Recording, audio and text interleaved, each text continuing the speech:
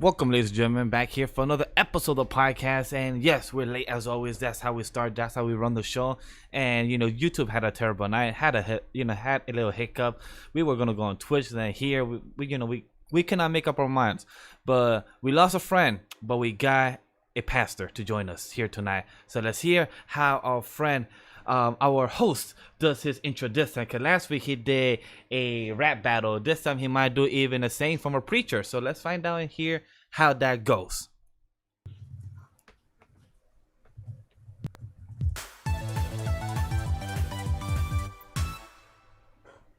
Ladies and gentlemen, welcome to the Animelately podcast. I'm your host, Sam the Manga Man, and here with me are my otakus. Introducing first, the devilishly handsome devil in a Black Clover community. He has a great love for Weekly Shonen Jump. The Hurricane Typhoon, Legendy Vash, the Nutter Butter Lover, the Booty Juice Guzzler, Miguel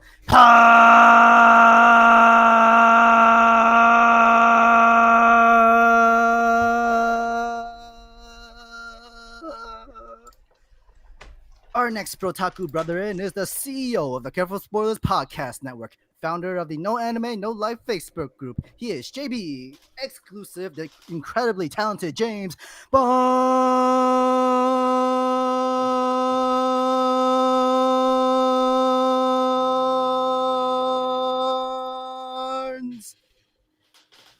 And now we are blessed with this special guest. He is here on our podcast today to share his wisdom for Best Manga 2020. When I was listening to the Best Manga 2020 video, I was motivated, hyped, and hopeful by his words for fighting both tooth and nail for My Hero Academia, a David and Goliath battle, if you will, like the lights of Attack on Titan, Jujutsu Kaisen, and One Piece. The pastor you know who has great manga tastes, the best believe that his words that will not lead you astray. Brothers and sisters of the chat, please rise for the pastor Aniki Smash from the Church of My Hero Academia.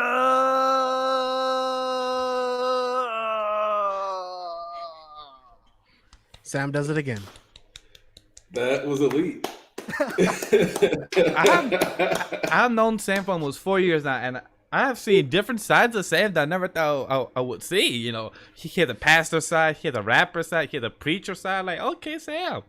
If Interesting. I had a My Hero manga, I would have just hold on to it like a Bible, be like shaking it. But here's the Bible preaching. That would have been perfect. Do I have any My Right? Hero I was like, manga? man, Damn, I don't. I don't have any My Hero manga. Yeah, we need to I love that capitalize on this. Send the collection plate through the chat. That's true. Sounds good to me. If you want Sam to have a manga volume, personally, you should put any of the super chats. Even though we haven't gotten one in a while, but now that Aniki could go super chats as well, I want to say from the beginning, congratulate him that he finally reached that big milestone, the 1K subs, and you have worked hard for this. The Church of My Hero and everything has done great things, so I want to personally say that from the beginning, man. Great job. Hey, man, thank you. I appreciate that. It's been like a year and a half, so like doing the whole grind, and then honestly, we kind of restructured the whole channel's approach really like last winter. So it's kind of been like a whole year with a new direction while still like taking the My Hero subject, and it's kind of nice to see the growth and actually have to be rewarded. Well, it's great to definitely see it paid off. And now people can finally donate to the plate of the Church of My Hero Academia. Donate to the plate. Big bang. Just come out here, be like, anybody wants to give it? Anybody wants to give it? He's watching you. The big man's watching you. It's just hurry, Hey, listen, Horikoshi gives no mandatory edicts. He just merely offers you art in exchange. Like you can honor the scriptures, you can honor the word Horikoshi has placed on you, or you can run from it. You was preaching it very well yesterday, because you was preaching it hard yesterday on that stream with Roger. Look, man, here's the thing, right? Is that when I look at the bracket and I saw like what the winners bracket was looking like, what the losers bracket was looking like, I was like, okay, Attack on Titan, One Piece are gonna end up being near the finals, semifinals. I already know that like just with the audience I got, this is gonna be like tough just to like get anything past One Piece really. So I almost got it with Chainsaw Man. We had that tie going, with the 5 and 5. But I was like, look, the reality is, it's like a lot of this was like a good year for manga, right? And True. so it wasn't so much that like like I said, like One Piece isn't necessarily like bad. I feel like it kind of underperformed for what Oda is capable of, I agree. and I think that like Jujutsu Kaisen, Attack on Titan, My Hero Academia, Chainsaw Man, Undead Unluck, like these like at least those 5 series just as a direct example were on fire this year. I think they put up stellar performances. Undead Unluck being a meta piece that started off looking like something that was just going to be an etchy. My Hero Academia just really going into what we would call like its marine for, like just having this arc that like is constantly giving us all these payoffs for multiple plot lines, like depending on how you want to structure when we talk about, it's one of the things we brought up in the stream when we were discussing Black Clover is how Black Clover is like an homage to all the classic shonen tropes and the way that shonen has been done for so many years, but in the same way that like a lot of series are running are deconstructing it. And the thing is that the shonen trope formula is something that gets applied to every faction to a certain degree within the context of My Hero Academia. Where when you look at Dabi's dance and then you kind of look at the way he's interacted with Shigaraki throughout the entirety of My Hero Academia, you can almost look at him as the edgy rival character that always pops up in the MC's life that has a comparable like backstory issues, has the same goal as just trying to go about it in their own way.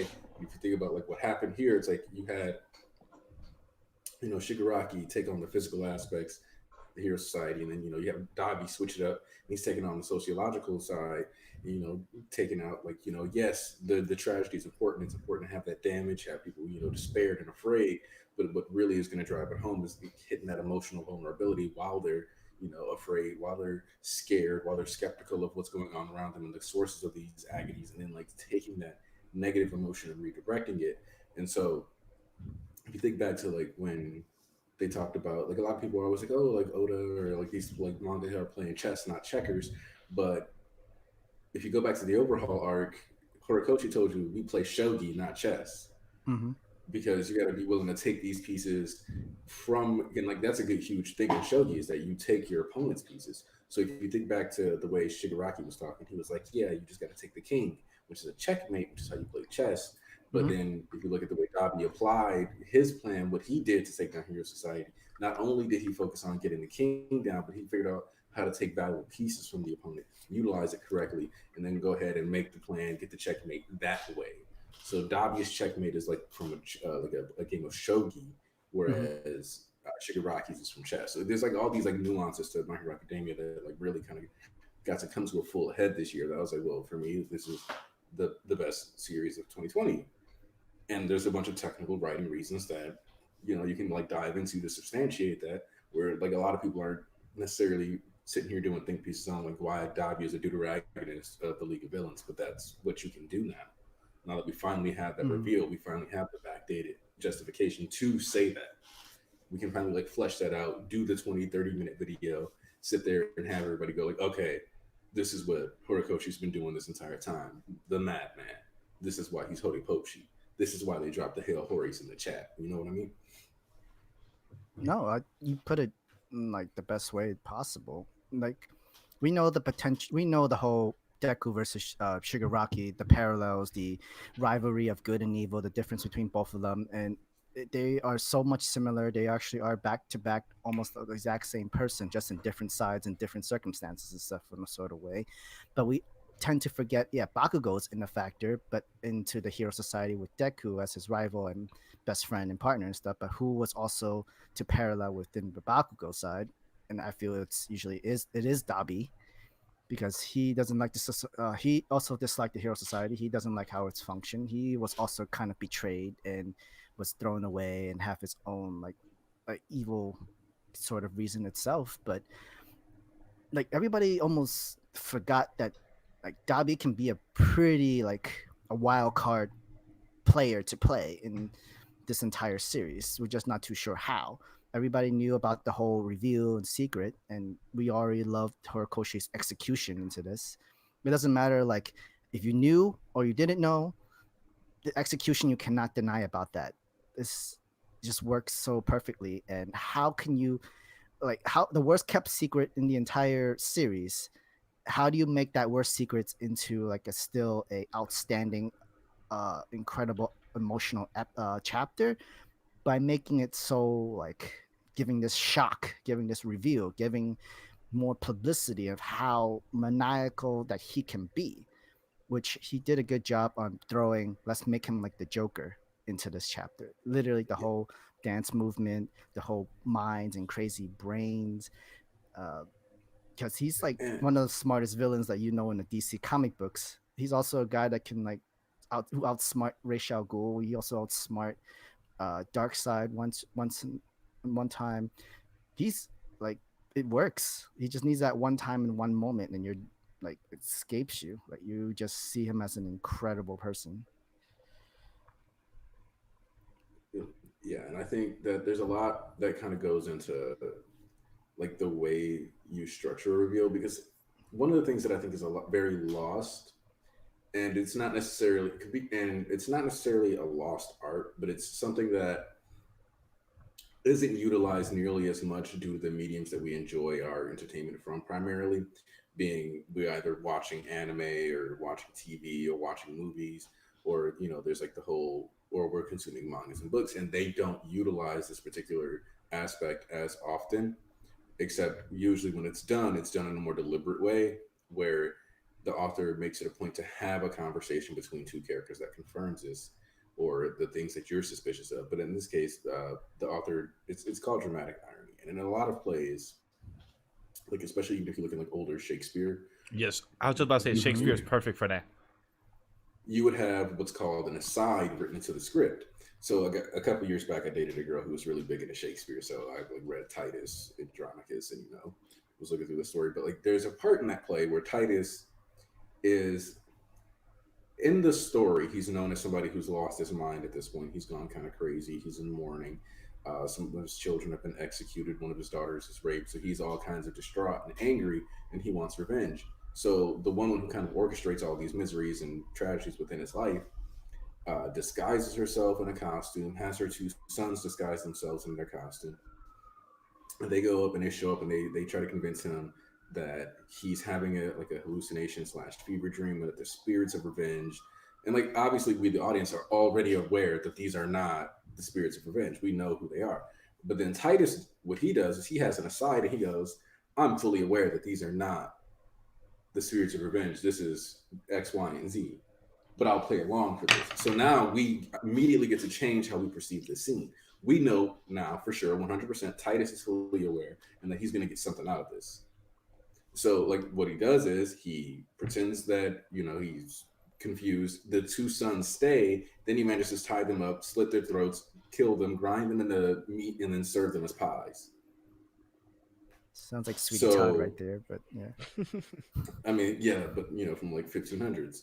Yeah. So like you got this classic form of dramatic irony where sometimes it's literally not about us being shocked, and that's the case with Dobby. It's not about us being surprised. It's not about us being like, oh my god, this is we are mine. No, it's us being like, okay, when's Endeavor gonna find out? When's Shoto gonna find out? When's Endeavor gonna find out? When's Shepard? And like the thing is like the fandom was like, I wish he'd just tell them. I wish he'd, because even though you're screaming about how this secret is so obvious, you're literally yelling, I want them to find out. I want the characters to catch up to me. I'm trying to have the characters experience this and carry this knowledge that I've had this whole time, and so they can understand why I've been stressed out experiencing their lives. You know what I mean? And it's like the characters don't even know you exist, bro. Like they're drawings, but because you know more than the characters, you're upset that they don't know as much as you, which means that the writing is working. Yeah. So instead of you can't be like, oh, it's bad writing because the author managed to emotionally manipulate me into understanding the circumstances of what's going on around the characters so that I would be aware that they are not aware of what's about to happen to them. Just very fault for breaking, but intended for you to experience. Then that is what the author is intended for you to experience. It's very true. And like it's like when no, go ahead. No, it's like if you were reading One Piece, you're like, oh my god, I got to go to see like a magical island. I hate the fact that like this made me feel like I was always feel like I'm going to a new place. That's the equivalent of being mad about like a dramatic irony reveal. It's like being mad at the island for seeming like a new country in One Piece. That's very true. But what I was gonna ask you is that how you always see content? Not content, but is that how you Manga. always see the media on manga, comic books, cartoons, even movies? Like, do you also try to break it down in your head, or do you just sometimes just watch it just to kind of turn off your brain and just watch it? Because like every time I talk to you, you always see it in that type of way, underlog, mash. Like you always like to analyze it. So I'm a big fan of like part of it is because I actually had a fun English teacher in high school, so that vastly like contributes to how you engage with like media going forward. Because we had like a film as lit class where we got to watch The Godfather and The Godfather Part 2 for my senior year of high school. Like we watched The Godfather, Do the Right Thing, Night of the Hunter, Citizen Kane. So we're watching like real classics and modern classics, you know, across the board. So I like to be able to stare and like see kind of cool things, like have like little Easter eggs here and there. I can kind of like relax sometimes and just vibe, but I kind of need to know going into the show or the experience that's like what I'm going to end up doing. Um, and so like really the kind of expectations I get like handed when I get a recommendation can heavily influence like this is what I always explain like with Black Clover. It was pitched to me as like it was going to be like what My Hero had. It was going to be what all the shonen had, and it was going to be like this crazy revolutionary thing. And so I was like expecting it to blow all the doors down. Like the MC is gonna just blow my mind, and everything's gonna be some next level. And instead, it ended up being like a brilliant homage. Just like, hey, do you remember when like Ichigo tamed his inner hollow? Boom, let's have a reference to that. Hey, do you remember the demon dogs from Berserk? Let's have a reference to that. Hey, do you remember like the Black Knight's armor in general from Berserk? Let's like slowly modify his armor. Like, hey, does this also rhyme with DMC4? Come on, like you got like all these like cool little aspects that are like tossed into Black Clover, and like that's fine and enjoyable. You just need to market and let us know that like that's what it's going to be. You know what I'm saying? Whereas, like if I tell you go watch Attack on Titan, it's going to be a series about three friends finding and exploring the world. I just marketed you the most hopeful, like an extremely hopeful sounding adventure for one of the most despairing series of all time. That's very true. Like, That is very true. like if I said that to you and then you went and watched like the first episode of Attack on Titan, you might come back and want to fight me. Yeah. That was You're me. "Oh, Like that's a lot of when people show me Attack on Titan like for the first time, they said, "Yo, it's like the Game of Thrones of anime." And when I heard that, I'm like, "So it's good." I'm like, "Yeah, go and watch it." And I'm like, "Oh." So when I saw the first episode, like, "Oh, you meant that when you meet characters, you're not gonna meet them for long because any characters could die." So that's what you mean by Game of Thrones of anime, because it's like you literally saw the first episode of the mom die at the end. You know, spoilers for anybody that have not seen Attack on Titan. But like, wow. So like the first episode, the first half, you see the mom smiling, the dad that, hey, I'm gonna go across town to go take care of a client, but not really. But then your mom just gets killed and everything by a whole smiling tenant that's technically your dad's ex-wife. So you'd be like, wait, what? more spoils from there. Yeah, And that's you true. didn't That's say true. That's more nothing spoilers like for that. people there too. But yeah, Yeah. so like this anime just threw most people off in like, whoa, this story has a lot of depth and a lot of foreshadowing. But at the same time, there's not hope for most people because most people could die at any moment. I Right, mean, and like, yeah. No, go ahead. no, you go, Sam. Yeah, I was gonna say like the reason why like people would probably recommend like it's like Game of Thrones because it wasn't really like have that same not many shows or culture have used that same medium where like anybody can you're in a world where anybody can die. There's a reason why like people die people could die anytime for a reason, and like there's gonna be of course shock value and some tragedy in there, of course, and you're gonna invest into some characters that you're afraid that might not last until the end of the story. Yeah, I mean it's more realistic. Like in actual war, like your friends die right next to you, and it's gruesome and it's terrible. Like it's a lot closer to real life. Like it's not just like most shows where it's like, okay, well, these are your core characters and you don't have to worry about them. They're definitely going to live to the end of the series. That's not how life actually works. So that's one thing that I like that Isayama really does. Look, like the thing is that in a lot of series, when you would have had like an event like Trost, like when you think like early on, they would have had like one or two people die to be like, see, the kids aren't safe. And they're like, squad wipe. Like, wait, what? That's true. Like, you know, they're like, oh my baby. Where's my husband? So it's Where's like my you really brother? quick. Everybody died. Well, like, and the thing is like the show is Attack on Titan does warn you very early, yo, don't watch this if you need to be happy while watching. Yeah, because like, Yeah. like it opens up, and they're like, oh, my son, he's in the scouts. Where is he? And they're like, He dead. yo, here you go. literally. Like, thing is- Here's the arm. That's thing all is- that's left. The thing is, I'm not a parent yet, so I don't understand what does it go for parent mentality.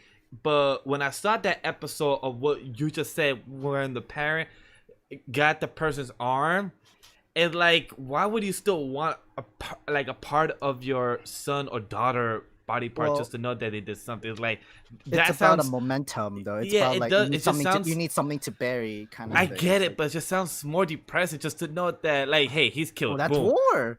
But Well, it's- that's I know, war. but I was saying, but just to get a body part, it's just like, doesn't that make you more depressing that you got a body part? Like, Yeah, I would not make that call. I would not bring back a body part. yeah, same here. I wouldn't He like. fell in action on the field. That's I'd it. rather hear that. Yeah, I don't.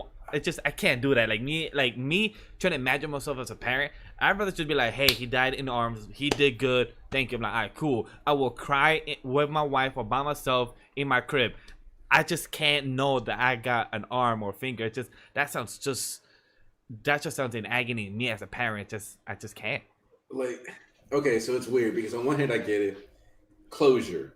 You know, like That too. you get an arm back, and it's not like, oh, he might have gotten betrayed or whatever. It's like, no, he got chomped. My son got chomped. but like at the same, like for me, like to me, the real traumatic thing is who's the nigga that has to go find the arm? Because like that, like you already had like the second you didn't see your kid, you had to come to terms with the fact that your kid might be dead. That too. And like you were gonna get a body, a corpse, like it was probably gonna be banged because you know the lore of Titans. You've been desensitized to this. You've been told like this happens. Niggas get eaten every day, B. So like you come in, Which is but true. then, like when you like, it's like go find Robert's arm. See if you can find anything in Robert's arm. Oh, found Jennifer's left ankle. Yeah, I think your mom's gonna want that. Like, I'm sorry, but like that just seems like way worse. Like you come back like, hey, yo, I found just a titty. Exactly. I Like don't know that's who this is. that's way more traumatizing. It's like, oh, here's the arm, the only thing that's left because the rest of your child was being devoured by a titan. Like, no. I think what It was the opposite that you said, Aniki. Like imagine the opposite of a guy. Like you saw like a guy's peck, or you know the guy's balls, or the testicle. So like just bring it like, hey, this was hanging out of the mouth, but I got this safe. This is why I got. I'm like, that just sounds depressing as hell. It's Ishiyama like- definitely knows how to write about war and to literally give you the whole visualization of it all and how insanely like sad and tragic it can be. Like even especially when when a soldier is trying to do a mouth to mouth resuscitation, yet it lost his lower body, and then like Yeah. oh my, like he's like in denial and going crazy mode, just trying to believe he could save him, but he's dead. But It's just- that's one thing I give props to anime, because that's the one thing that I feel like anime could succeed in more in TV and plus in the movie realm, because like they could do stuff in the past now weren't about the CG actors or trying to get stuff like that. If you want to draw about George Washington, you can, because you could animate him much easier than trying to do a CG character. Like those are things I feel like anime kind of succeeds in that better realm than watching like a movie or TV of some type of actor that looks like George Washington with the hair and makeup instead of seeing in the anime format. I mean, I wouldn't mind that. Have a history book as a manga. Learn my history through there. I Well, love that. And that's kind of what like the Record of Ragnarok manga that was being hyped is kind of about, where it seems that it's about like historical figures. Yeah, about the Greek gods. mythology. Well, I guess it goes beyond that, because I guess Thor versus Adam, as in like the first man Adam, and Thor is one of the first matchups. So it's like that's way beyond Greek mythos. That's just like, Yeah. we're gonna have fun with this. Like, to me, that's like, what if you had Fate without the Masters at that point? Have the like whole the like Fate tournaments and Zero everything. Fate. Yeah. Yeah. Have the whole like everybody winner takes all Zodiac War kind of thing. I mean, that actually sounds pretty cool. I need to check it out. Yeah, no. I mean, like, I genuinely do want to. Hey James, quick question: has your friend Bryce have not watched Attack on Titan? Oh yeah, he's caught up to the anime, Ah. and I give him shit for not reading the manga all the time. Oh, yeah, 'Cause he because says, thing is- like, y'all make it sound like Attack on Titan's like the most saddest shit ever. I mean, It it's not kind the of happiest shit ever. Yeah, boss. It's definitely not, bro. It's not about whether or not Attack on Titan is the saddest manga ever. What we're talking about is the reality of like living in these scenarios, and the reality of living in these scenarios is sad as fuck. yeah, it's exactly it, because like for example, you have seen those posts on Twitter, on Facebook, IG saying like, which world would you like to be teleported in, right? And one of the top 3 worlds I would not want to be teleported is in Dragon Ball, Attack on Titan, and I don't want to forget. But the first 2 is because one, Earth always gets destroyed. So you want, you and I keep your life all the time. Your taxes and everything. Your planet that you live in always gets destroyed. Our hands are in the hopes of an idiot that loves to fight. That Basically, too. That's So that's one. And also Attack on Titan, you can either die as a scout or you can either get eaten by one of the titans that want to eat you. So those Or are 2. you could just die of starvation because there's so Yeah. many poor people that just don't have food. Like, it's Yeah. crazy. Right, like living in Attack on Titan world is like living in the fucking 800s. Oh, yeah, 100, yeah. It's like, no, it's like living in the 800s 800s, yeah. with giants. Like, what? Like, why would I sign up for that?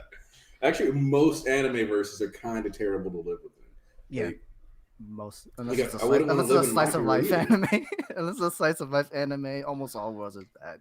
like Bleach, no. Naruto, no. One Piece, no. One Piece I would My like to Hero, live no. in. I would never sign up to live in One Piece. I would like Not to. in a Li- million years. If I you wa- like wherever island you go into, there's always gonna be some No. random pirates going in just to take shit. That's the thing. I would like to live in One Piece after Luffy has conquered the Grand Line and become Pirate King. That's when I like to live in the world of One Piece. Because right now, in every freaking island that Luffy goes to, there's always some type of slaves trying to some type of island that's always having some type of problem. So I would like to live in One Piece after Luffy fixes the world. That's where I would like to live. I mean- so here's my thing. There's always these random island busters just traipsing along, doing whatever they feel like. Like you got to think, like, you have people like Moria who can pull up, steal 100 shadows, slap a baby, harvest your most sacred like corpses, and then if he feels like it, punch your island in half. Very true. Very true. Like, this sucks. He's not even one of the most important people. Like, and then like that's before you even factor it in. Like, let's say you lived on O'Hara and you were like 12 years old. Because your parents are nerds, you got no scoped. Like, come on. That is sadly very true. Or imagine Whitebeard was an actual bad guy. Imagine Whitebeard would want to be like a full-blown bad guy and not be a good guy. He could just wreck any place he wants with just a crack of a punch. Imagine just somebody picks a fight with Whitebeard and you just happen to be within 600, 700,000 feet of him. Like, I don't know. Like, it just seems like a really bad deal. Prepare to go into like a whole like big earthquake every single time you just take a step and everything. Is there actually any good shonen world to live in? Actually, when you think about it, Pokemon doesn't sound too bad. shonen world. I said shonen world. Like shonen. like throw out the whole panel right here, and chat too. Chat talk as well. Which That's shonen not world JoJo. would you want to? Which shonen world would you like to live in and survive in? Even though you Not cannot JoJo. choose which world would you like to live in. Yeah, I don't trust JoJo because next thing you know, you like piss off the wrong dude, and next thing you know, a stand just instantly kills you for. You don't JoJo's know a how no-go because For me, it's Dr. Stone. so so here's the thing, right? I just assume that anytime you get thrown into one of these worlds, because it's technically an isekai arc, you automatically are being thrown into the power system in some form, shape, or way. Yeah, one way or another. Yeah. So I assume that if you get thrown into JoJo's, you automatically get a stand, and stand users attract other stand users. So I don't feel like having some weirdo with half his chest exposed and 6-inch boots randomly cutting my leg off because I didn't know he was a stand user or what my power was. Like, this isn't fair. I just go here, bro. I mean, Black Clover wouldn't be terrible, even if I'm born into being a peasant. That is true. At least I would have magic, and I could work my way into becoming a magic knight, and have things for my family and my friends. So it wouldn't be that terrible. I mean, at that point, you're just joining the military to risk your life so you can eat food. I mean, yeah, but compared if to everything else. but also, if I could join at least join the Green Mantis with Jack the Ripper, at least that's something. Like, that ain't that bad of a guild. Sorry, not guild. That ain't that bad of a Magic Knight squad. That's not bad of a brigade. Even the purple oracles, that ain't that bad either. It has a horrible captain, but not bad. Okay, so some of these people have said Astra Lost in Space. Not too bad, unless I'm being replaced by my own. But unless my parents are betraying me and taking over my body and bullshit, and they just want to be younger self and that sort of stuff. Somebody mentioned Hunter x Hunter, and I do not agree with No. Yeah, no. The first thing I thought of was the Chimera Ant arc, and I'm like, I do not want to be eaten by giant humanoid bugs, dude. I can't do it. It's not my life. No, MHA is terrible. You do not want to live in MHA. But it depends on the quirk. If I could choose the quirk that I could to go into MHA, but then that's you can't fine. though, because you're going directly into that world. You can't pick your quirk. You can't even be like a normal person where you get no abilities. Because here's the thing, right? Yeah, but it's 10% though. If you assume you're getting thrown into My Hero quirk list, then you're about to get discriminated against for the rest of your life. So fine, that's not any different for I guess any of us, but why add an extra layer to it? Exactly. but think about it this way though. With no All Might, also we're not going to Japan if we get thrown into My Hero. We're going to the US. Japan had a 6% crime rate. Everywhere else is at 20% or worse. Going to My Hero World sucks. That's true. We get plopped right into the My Hero of America. No, we're 20% crime rate. Your quirk could suck. One of Bakugo's friends, he has dragon wings. Congratulations. He can fly. That's it. That's all he can do. Don't nobody want to live in CSM or JJK. We ain't crazy. I'm about to say, I would not be in Chainsaw Man. I will be dead. The first minute I'm in Chainsaw Man, I'll be dead. As much as I could say that I went to training for cops and everything, I still would be dead. Q. Okay, there we go. Q can work. That's gonna be my answer. That's gonna be my answer. Q can work. Two answers. I was gonna say One Piece, but then Aniki technically shut that down. So technically I can't do One Piece because he's like, so here's my reasoning. Don't do One Piece because of this reason. I'm like, okay, so I can't do that. But then I was gonna say my backup too. Haikyuu and also Yu-Gi-Oh! I could do those two. No, I don't know about that. No, Yu-Gi-Oh, I don't no. know about that. No, Shadow Realm no. means hell, bro. But then, Shadow I don't Realm have means to be hell, friends bro. with those people. I don't have to be friends with Yugi, But Kaiba. okay, I can do It my own doesn't shit. matter. Where I can do my everybody own want to shit. compete and everybody wants to do you. But like, think about it this way, like, because the thing about Yu-Gi-Oh also is that the thing that Yu-Gi-Oh doesn't touch on. The is manga that does it, not the anime. The manga touches it. Doesn't have to be a card game. Any game can be a shadow game. So That's you true. can The sit dice here game too. playing. Hey, you want to play some checkers? No, it's like, here's the thing. There's literally, like, you mentioned the die. That's my favorite example to bring up. Yami literally was like, "Yo, bro, here, let's play a game. We're gonna roll and see who gets the highest roll.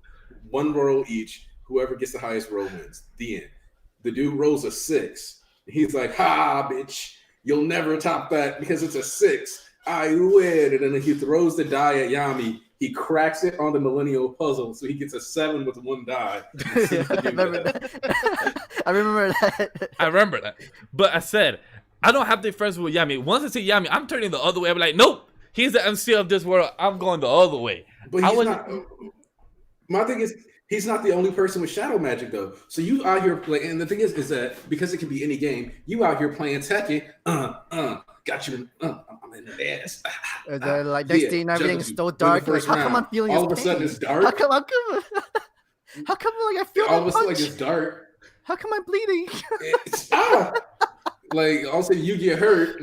You confused. You don't know how to deal with. So now you're losing the game with your right game of Tekken and your soul in the same setting.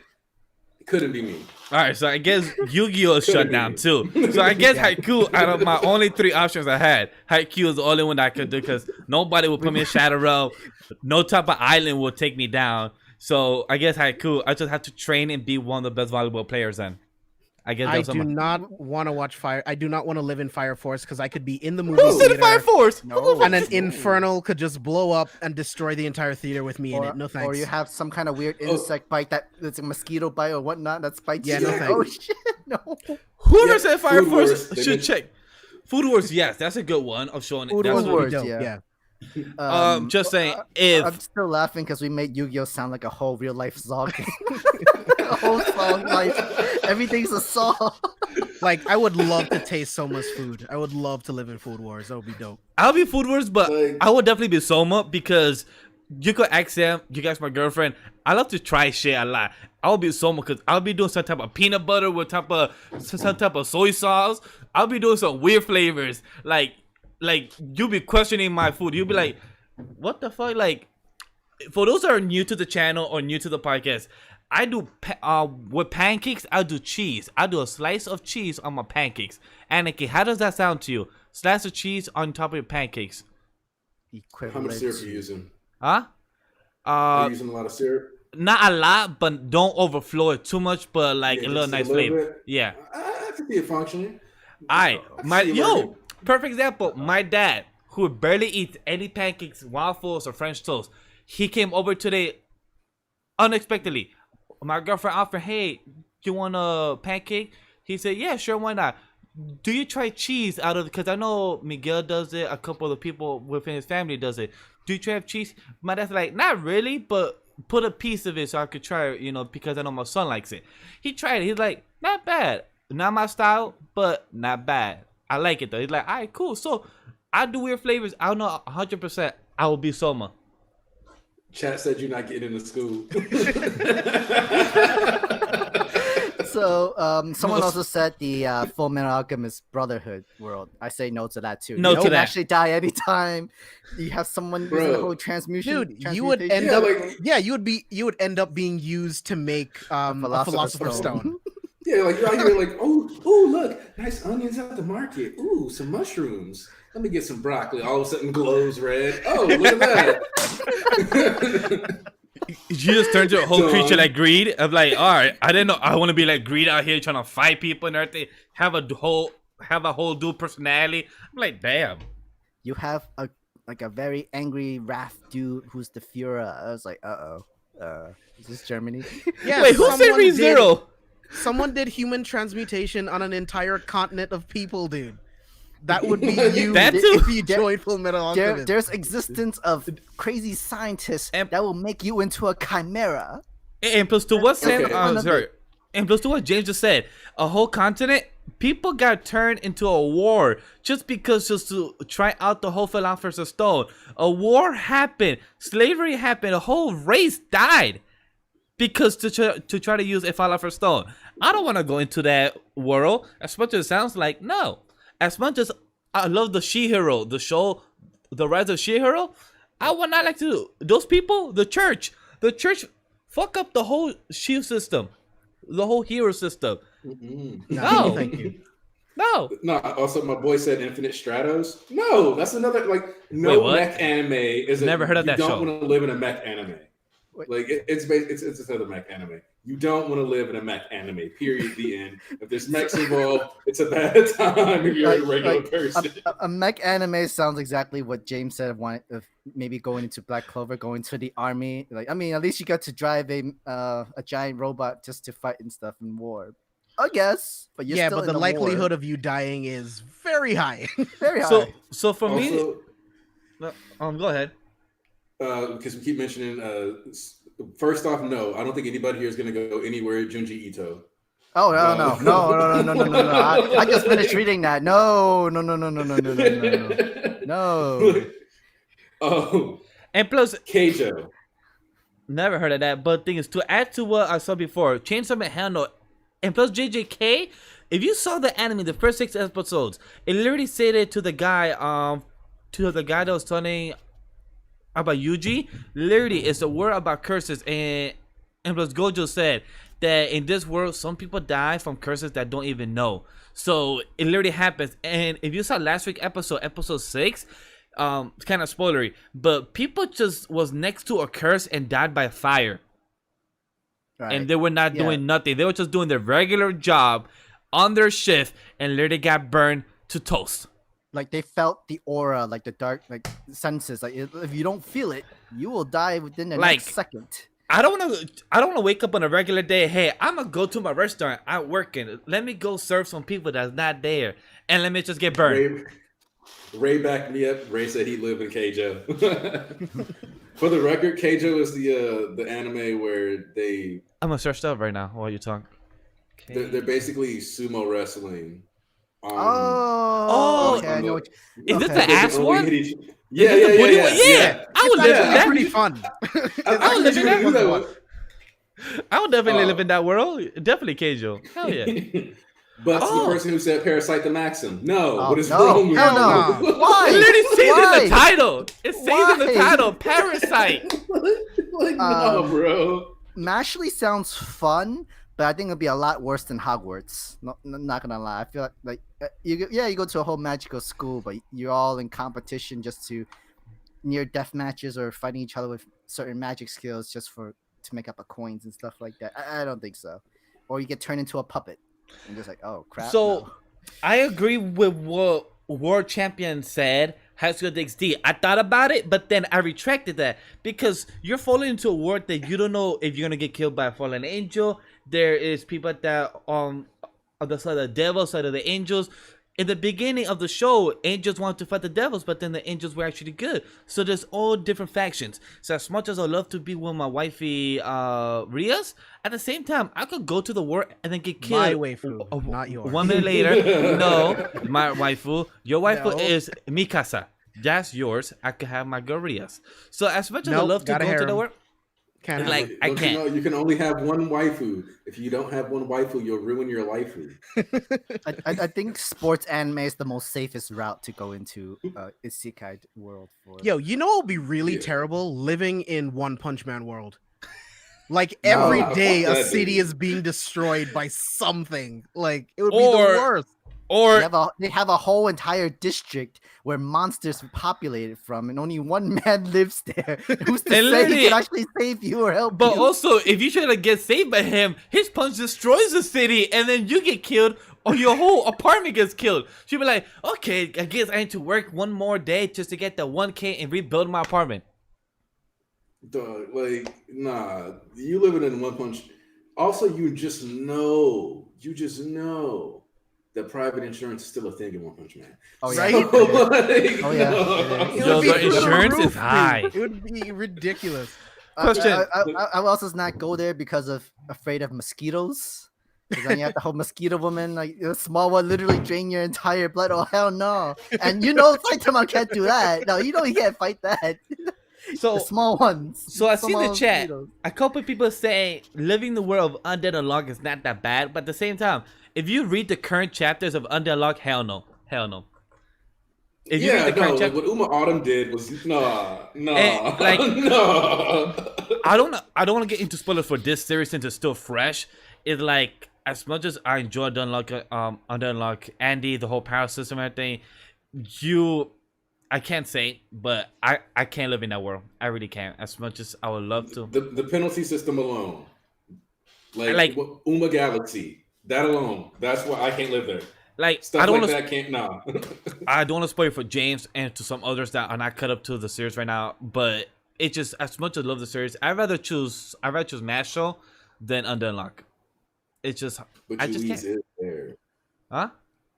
Louise is there though. Yes, but still, it's just the whole cycle. You can't win or lose there. I don't know, man. But Louise though. Someone said the Gundam build series. Yeah, that's fine. It's like literally you're building your own Gundam and you're having compete and playing against other people. That's fine. And you actually have the whole real life kind of almost SAO version of driving your own Gundam playing version. That's fine. I mean, SAO wouldn't be terrible I was just about to say that. because I'm confident in myself to level up and get me Yes. to where I need to be. I trust myself to I have to play this game and I'll die if I die. Then I'm gonna properly grind this out. That's I me. trust myself not to really. I will It'd be difficult, I will yeah, voluntarily choose SAO because I know I could survive. All right, and it's just to practice my sword skill. I will do One Punch Man training in the whole virtual world. I will make sure I get my perfect sword skill. I will try to beat my boy Kirito so I could get the dual wielding. I'm like, bitch, I'm the MC now. I get the dual wielding. So It would be difficult unless you become Kazuto. yeah. I was the Konosuba. I was gonna say Konosuba world. Haven't seen Wait, anime, you so I can't really understand that. Ray have seen it, so I know he can understand that. So like the main character isn't a Sekai, but his only special maxed out ability is luck and stealing. Huh. That's it. I know one. Everything else is useless. I know one shonen I could survive him because it's a power of friendship. It's definitely Fairy Tail and plus Eden Zero. Eden Zero could work. Eden Zero could work. Depending which planet you're on, but yeah, it could work. Yeah, that's kind of how I was like. Yeah, it depends on the with planet, Fairy but I could. Tale, There's a lot of slavery Actually, within every exist. planet. There's a lot of slavery in every other planet. I'm not gonna lie. And plus Fairy Tail, I could just join the guild and just become power of friendship. I could just join with the guild and everything. You're gonna have some random dude who wanna be a big shot and destroy the guild every single day. Yeah, but hey, I could have not to Exactly. save everyone. I could just make sure I have at least some type of good power. Some type. Wow. Nah, Why Ray that's roasting gonna make you? it sound like you're that side friend, you're the side character guy where you get killed or get badly hurt and beat up just so that the main character can feel sorry for you and get all that power and everything just to beat up the main guy. Hey. Why would it be a Isekai to a player and get beat up every single day? Or killed? That ain't that bad. That's some type of world I don't mind living in. I could at least survive there, so not that bad. Well, one more world. Every day getting beat It's up. that Fairy Tale you wouldn't die. There's a good point. Yeah, It's very rare when people die in Fairy Tale. Or you Barely do die, anybody but has you do die, but then you could come back to life. yeah. So somewhere or another. You're Another show. experiencing death still. Another show that I see that I watch is Digimon. I could do that. Ooh. Yeah, That's could do possible. I could do that too. Yeah. Because at least This Digimon. reboot has been Which very season? good lately. But overall, like not saying which season. Because if I had to choose the season, I would love to do Frontier. I could fusion with my own Digimon. That's dope. I Yeah, like the Frontier. Spirit Evolution. Like that. Yeah, Like I do that. I would do that You have because your I could own choose to spirit fight. armor and Digimon. Yeah. So- that could be cool. So between Digimon, Yu-Gi-Oh, and Pokemon is definitely the world of Digimon. Pokemon, you will die by just being scared as hell by having random Pokemons come and attack you. So that's that. So it's definitely You can Digimon. legitimately jump. Like I'm not. Someone said Pokemon, ReZero, and I'm Mhm. like, no, ReZero, hell no. no, no. I don't need no witch in my life. No, just no. So for me, definitely Infinite Digimon. Stratos and Infinite Stratos, I've not touched before. I'm Well, not sure about that. well, the world does. Okay, so how about non-shonen? Like, how about webtoon? Does anybody have a webtoon that they want to go to? The only webtoon that I'm like current on is God of High School, and fuck no. I mean, Like, Tower of God, sure, I would do it. oh, I did watch the first season of Tog. I don't know. I feel like I don't think Noblest would be that bad. I think I could do solo leveling. I could do the world of solo leveling. No, bro. You're gonna have a random Oh, I dungeon could maybe fall on do the top of you gamer. and just get stuck into it. Wait, what? Gamer works. I never heard of Gamer. yeah, the game. Gamer's good. Gamer's not that bad. Never heard of Gamer. That sounds Check like a little bit easier than solo leveling. Hunter x Hunter. Mega Man Battle Network. Tokyo Ghoul. Tokyo Ghoul. Whoever said Tokyo Ghoul, no, go Definitely home. not. No, Definitely not. no, nah. We don't want to have a bad day. Like you don't do Tokyo Ghoul for like the same reason you don't do like Attack on Titan. Like you don't sign up to have a bad day on purpose.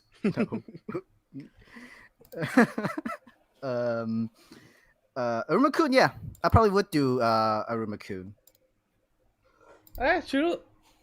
I would do Rumokun as well. For me, EZ? for me, let me see what else I found. See, Oh no, Race said Pokemon.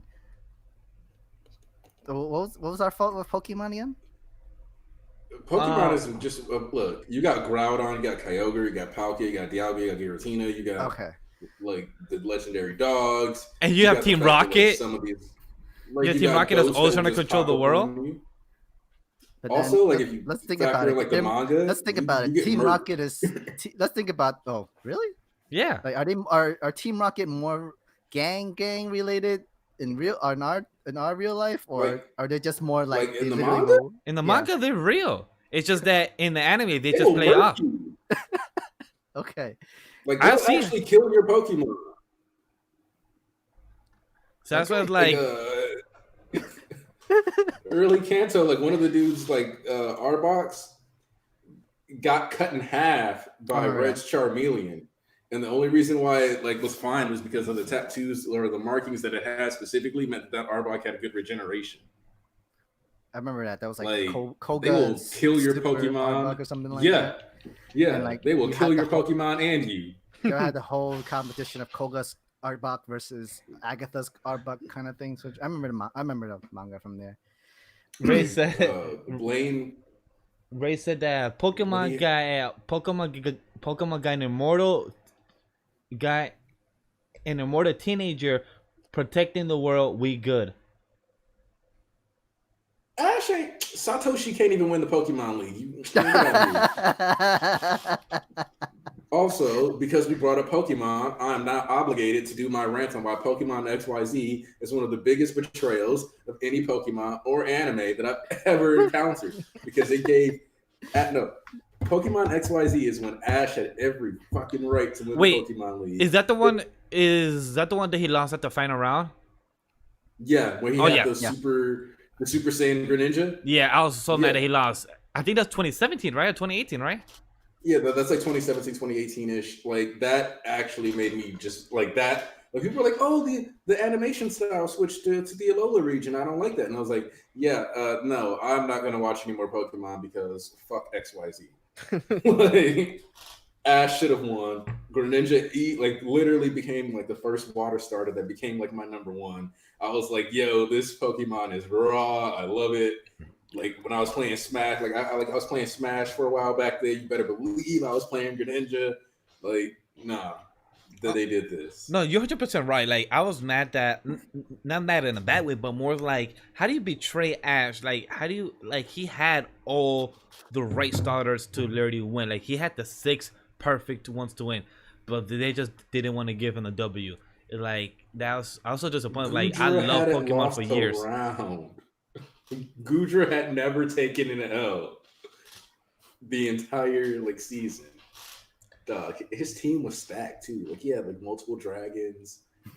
Have you Just, seen the chat asking? Have you seen the new one that Pokemon Aloha Journeys? region. Oh yeah, Journeys. I've not watched it yet. Right now, one on Netflix. I think right now it's on Netflix. The first 24 episodes. I think they're dropping it every 12 episodes every 3-6 months.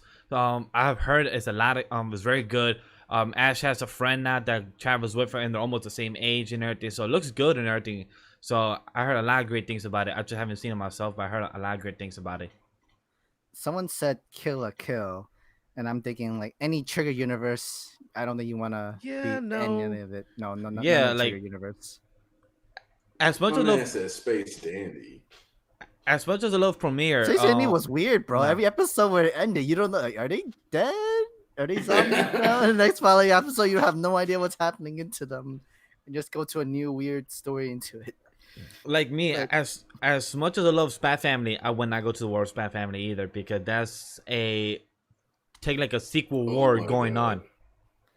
No, First off, Spy Family got like secret telepathic children, future seeing dogs. Like, no, I'm good on that. I'm Yeah, good so on like that. as much as I love reading the series every 2 weeks and everything, I just can't. Like that war has all those type of secret agent. Like Twilight goes, he could be anybody. Twilight could be anybody he wants, without people knowing. So like no, that's a And dope. also for the Great Pretender, no, I wouldn't want to live in the Great Pretender I because haven't watched that yet. look, You can explore. yeah, technically you should be safe because they primarily target like super uber rich people, but Mhm. they literally started off like with the dude running scams on like door-to-door sales of water filters. Like, no, I'm good. I don't want to live in a world where there's people like hustling and like conning people that hard on the daily. Like, I'm good on that. Like, no, we do not. 7 deadly sins. Are you serious? Definitely No. not. God. Why? Have I'm you gonna even have read the I'm gonna series? very good quality within the first 2 seasons, and then I just look like My a bunch dude, of form. that country of Britannia, which I'm still mad that we don't know anything else of the world, but just Britannia alone has gotten destroyed every time. The whole city that always gets killed. It's like no, like- We're all you're living in a prophecy in the 7 deadly sins world kind of thing. It's just like, well, we know they're coming, but then yeah, but die first, and you gotta die first too. how about Beyblade? Um, Question: has anybody seen Beyblade? Because I could remember never Beyblade. get I into haven't seen Beyblade. Beyblade since I was a kid. Beyblade. I never got into Beyblade it. has So one of the best theme songs, but question, like this may be a dumb question to the chat and everything, but what was the purpose of Beyblade? Like I'm all in serious. I never got into it when I was little. I tried to. I never got into it. it's So like basically a sports series. sports, Yeah. really? Like it might as well be a sports series. Yeah. Because like it's very similar to like Yu-Gi-Oh and Duel Masters. I was just where gonna you say, had a yeah. series like where they're like playing a competitive game and it's about they're doing that. And of course, needless to say, like all children's game, the future of the world is at stake. Like, so like I don't know if I'd be comfortable living in a world where my future could be determined by 2 spinning tops. Like, Yeah.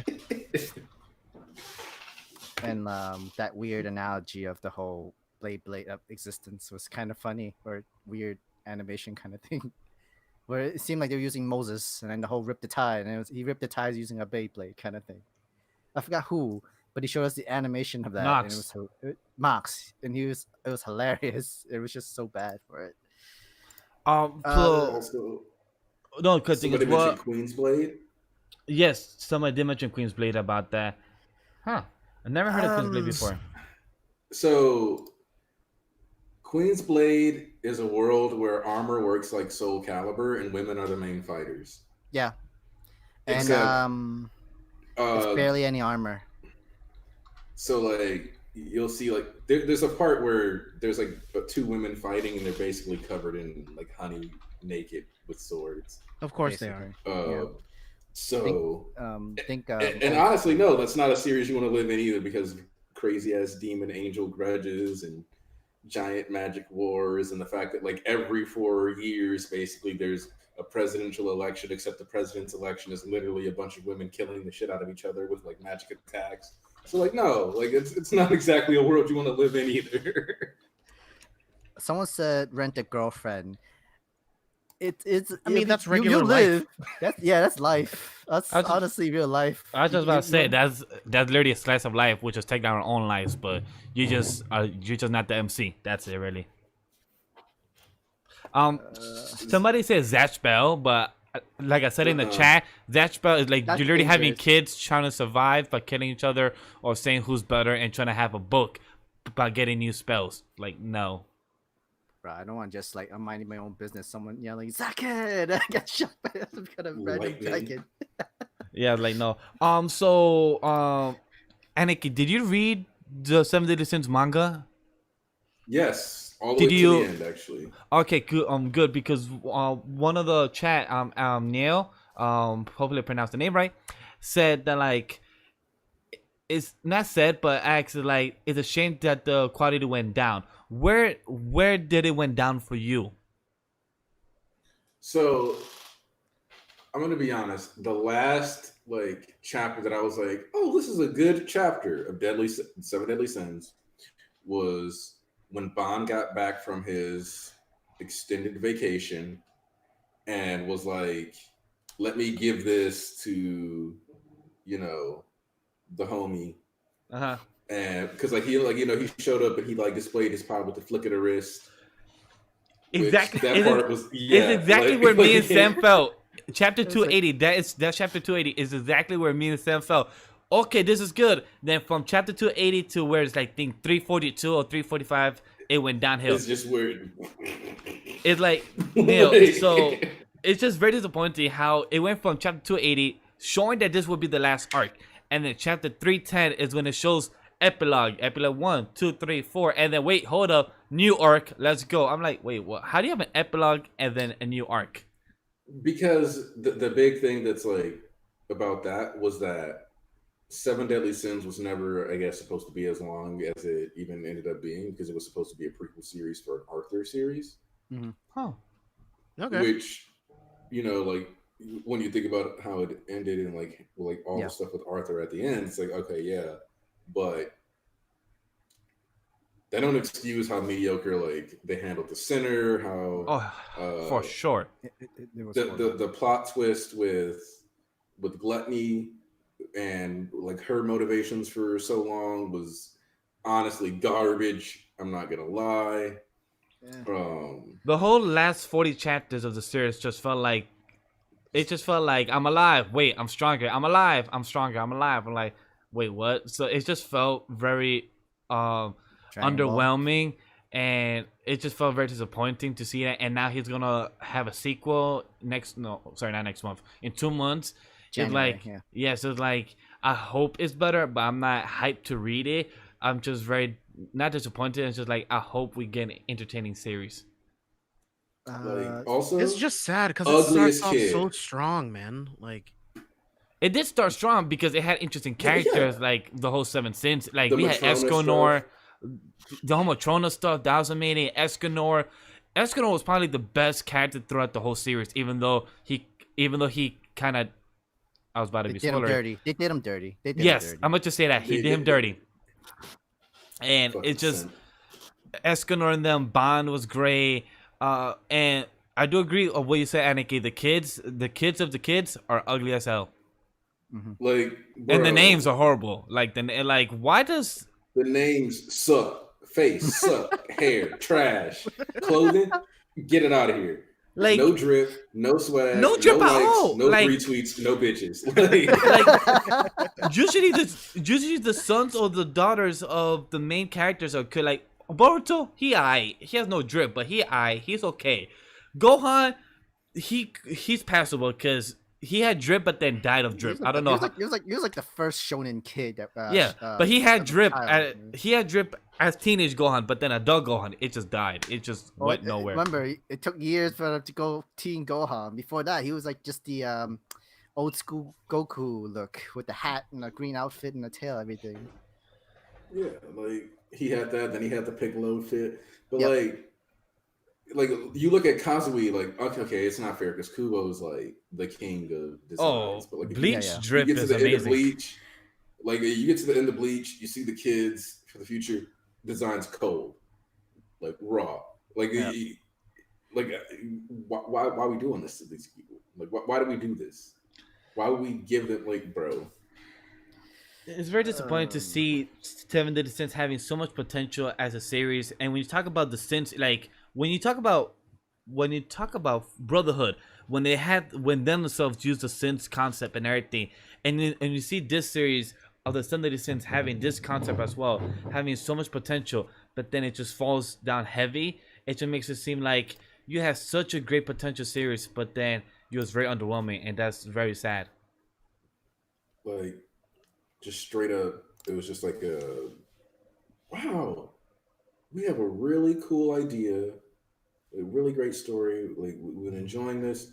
What if we just shit on it? like just for money, Like just for just money. just put it in the toilet and just leave it there for like the next week. Like that. Like I can't under like fathom how we got to where we got to in Seven Deadly Sins. I mean, do you feel like they could have been pressured to keep the series going, even though they probably had an end in sight? And then, of course, as a creator, if you're not motivated, what you create is going to reflect that. I I wish definitely think that that could be a part of it. that could be Yeah, the case because which sucks. that's one thing that I love with what Kaiju number 8 is doing. 3 weeks, write your series. 1 week break. 3 week, write your series. And I wish that's something that Shonen Jump tried to consider, and not just Shonen Jump, magazine as well, Jump Plus, anything else, because that gives the creator themselves a break and also gives them to sit back, see, okay, I like where my story is going. Like One Piece older, he could do that because he's older, but I think he also should take sometimes a week and then 3 weeks as well straight, or 2 weeks straight writing, 2 weeks break, because these type of things of scheduling for these creators in Japan is very tough, very hard. But I hope that what they see in the success of Kaiju, they see that, hey, we should do this for some of our series. Like My Hero could take a break, and then Black Hole could take a break next week, where there's no type of issues that feels type of empty. Well, if you notice, like before Demon Slayer and TPN ended, there was like this brief moment in 2020 where it was like One Piece would go on break, then My Hero would go on break, then Black Clover would go on Yeah, break, then TPN, then like this one, and then like there was like a rotation of like the top five yeah. Yeah. like popular series that kind of, and then it's like those two ended, and then like One Piece and My Hero and like Black Clover were like, all right, we gotta stop trying to have so many breaks, and then it was like One Piece is like, all right, like I gotta still take these breaks, and then it was like, well, no, I asked me to take this break too. Which So it's like kind of weird in like the magazine. But like one of the things that I do want to say though is that I think that 3 chapters on 1 week color page thing is just a Jump Plus thing. Yeah. Because I don't know about you guys or because I didn't really spend a lot of time talking about it in the 2020 manga stream, but Hell's Paradise or Jigokuraku. Oh yeah, Mhm. that was there as well. Yeah, so that one, which if I'm being honest, I would put that in the top 10. I just Okay. didn't get enough time to like really get to talk about it Uh-huh. or do anything with that. But But now that's you like a hear it. series. Yep. So gotta use this platform real quick. Go ahead. Jigo Karaku's, without spoiling it, it starts off as a series that quickly snowballs into like you start off with, okay, we're going to this island, we're gonna try to get an immortality elixir. Um, the team that's being sent to the island is effectively a bunch of executioner Ronin and their prisoners that they're all paired with. And then as soon as you get to the island, you start running into all kinds of like freak occurrences, like butterflies that have human faces, um, all kinds of like, and you do get a nice like up close drawing of it in the manga to properly creep you out. So yes, that face you made, that was like, yeah. But You're like making it sound like a problem, Jinji Ito right now. well, yeah, it's like you go to this like spooky ass island, and then you figure out what's actually behind all the spooky monsters and different things because it like fuses Taoism and Buddhism. People are like, well, this is obviously wrong because it's like a perversion of like these religions don't even have the same philosophies. So we can tell something's going wrong on this island. This is probably not the heavenly place or like the holy place that they think it is. the main character is only doing this because he wants to be part of it because he's been a ninja, and he like wants to just go back and get his wife eventually. Like that's like his whole motivation. And then the woman that he's paired with is like supposed to be his executioner. Is just a woman who's dealing with a lot of the issues of sexism within the clan of like who can succeed and like be the head of the swordsman. You know, they're like, you're a woman, your job is to make babies. You've never needed to touch a blade, like that kind of stuff. And so it really touches upon that kind of stuff through in an organic way throughout the entirety of the series.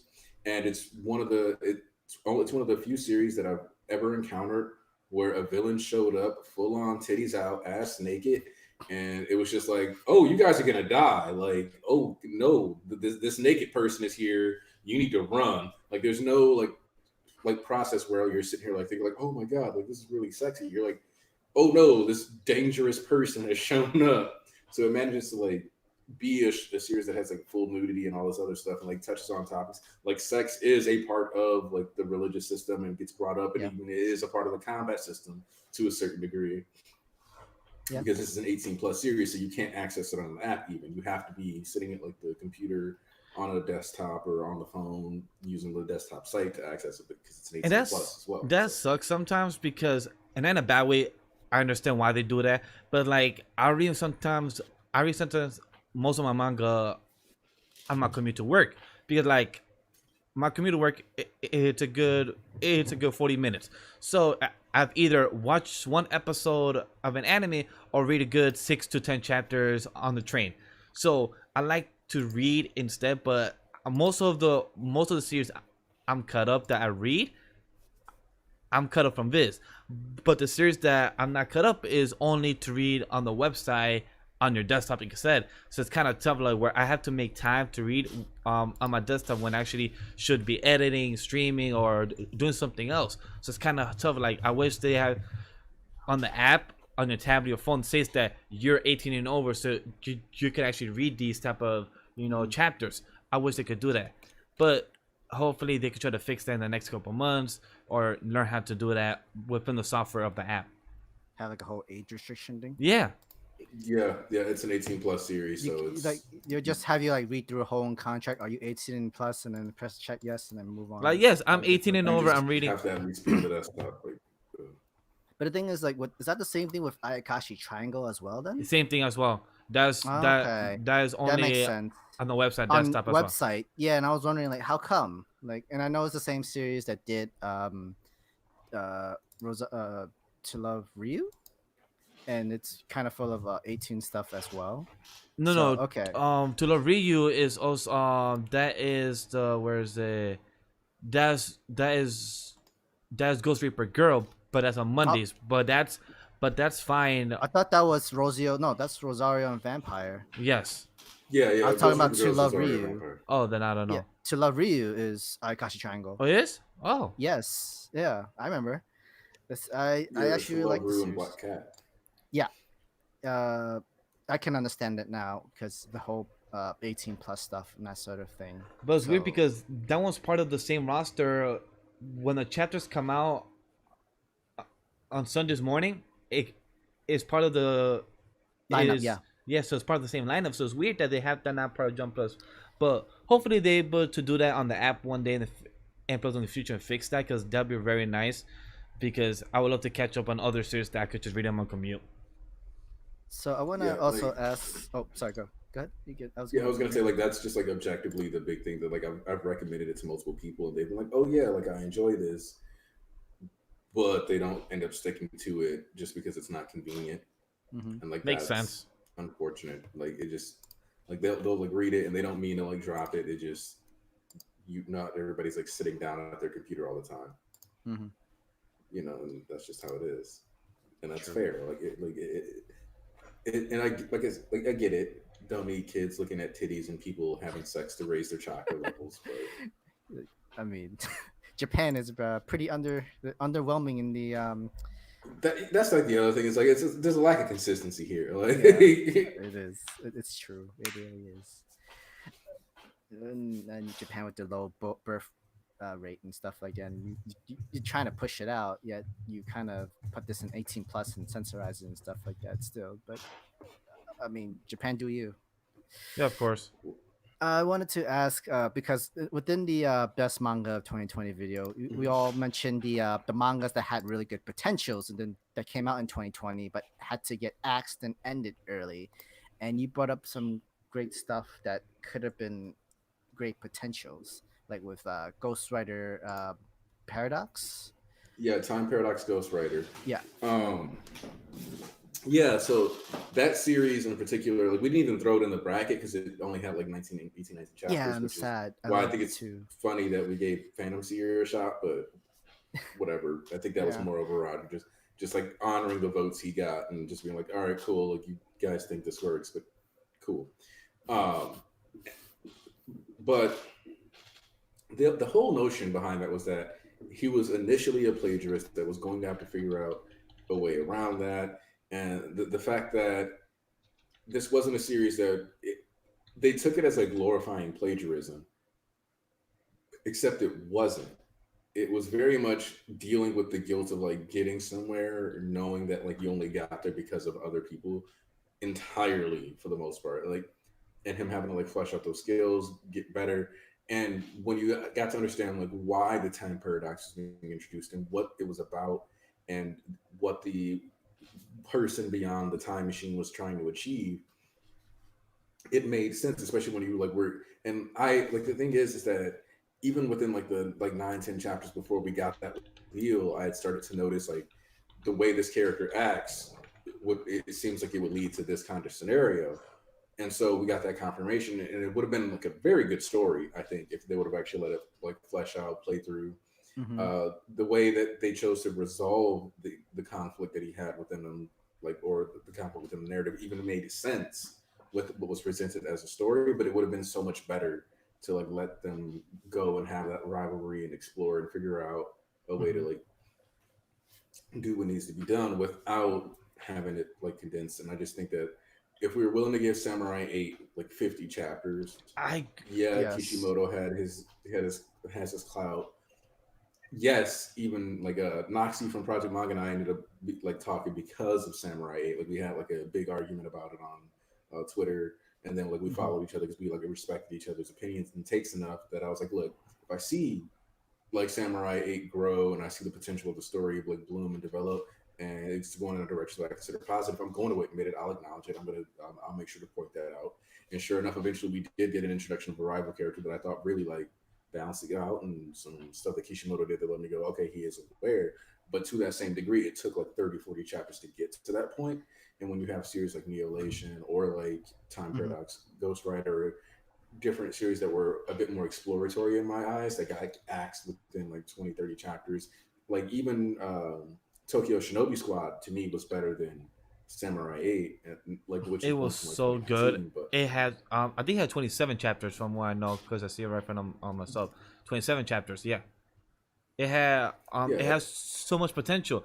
But that's the thing I wish Viz s- slash Asia slash Viz uh could understand that just because Japan don't like it, they just care about what the West thinks as well.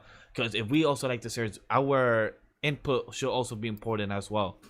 And they don't really and I care about our understand. input. Yeah, because like what they're worried about is copywriting and like Mm-hmm. how they can't copyright and get those series released over here that quickly, so they don't even know if they will sell. So they only prioritize like Japan because they get the manga within the first like I think Japan, Korea, and China get the tankobon of the volumes within a decent time period, like within a month or two. But you know when the licensing comes through, a lot of like My Hero Academia Volume 26 has been out for like what two like almost a year now, I want to say. But do I have access to it? No. Or I might be thinking of 27 at this point. But and so like there's that delay, and I understand that, but at the same time, like you have the Viz app now, you have Manga Plus, you have these other ways that can show you who's reading. Correct. So what you need to do is either prioritize, getting those English or like maybe what I think that they might need to do, which might do a way better job of helping them understand like which series are truly going to fail or succeed or not, is to kind of handle the licensing for the tankobon and the volumes, maybe like the first volume at least, like 6 months or so before the series even like drops, and you get those like first 6-7 chapters. Agree. Have the permissions handled, and then go ahead and get the release done on that first volume, so that the first volume in Japan and in the West releases at the same time. Then you have an accurate picture of like what this product is doing and whether or not it's winning, like if it's just failing in Japan or if it's winning abroad, and just, or if it's winning in Japan and failing abroad. Because like if you were to just look at Demon Slayer's international success, you would not think it was this giant tycoon. It didn't stomp the West. It didn't stomp in like a lot of countries. It didn't stomp in Germany. It didn't stomp in France. It didn't stomp in the US. Just kind of showed up. Like, but in Japan it's dominant. So like that whole, depending on which market you're looking at, will completely influence and determine how good or bad you see a series is. You know what I mean? I guess I'm curious as to what they, and hey, by the way, hi, it's the Ghost of Ray. What's up? Hey, My man, what's up? we got Ray finally. I love this. We in here, you know, at least as long as my internet holds up. It's been in and out all night. So I was like, I'll just join voice, and if I die, I die. You know what I'm saying?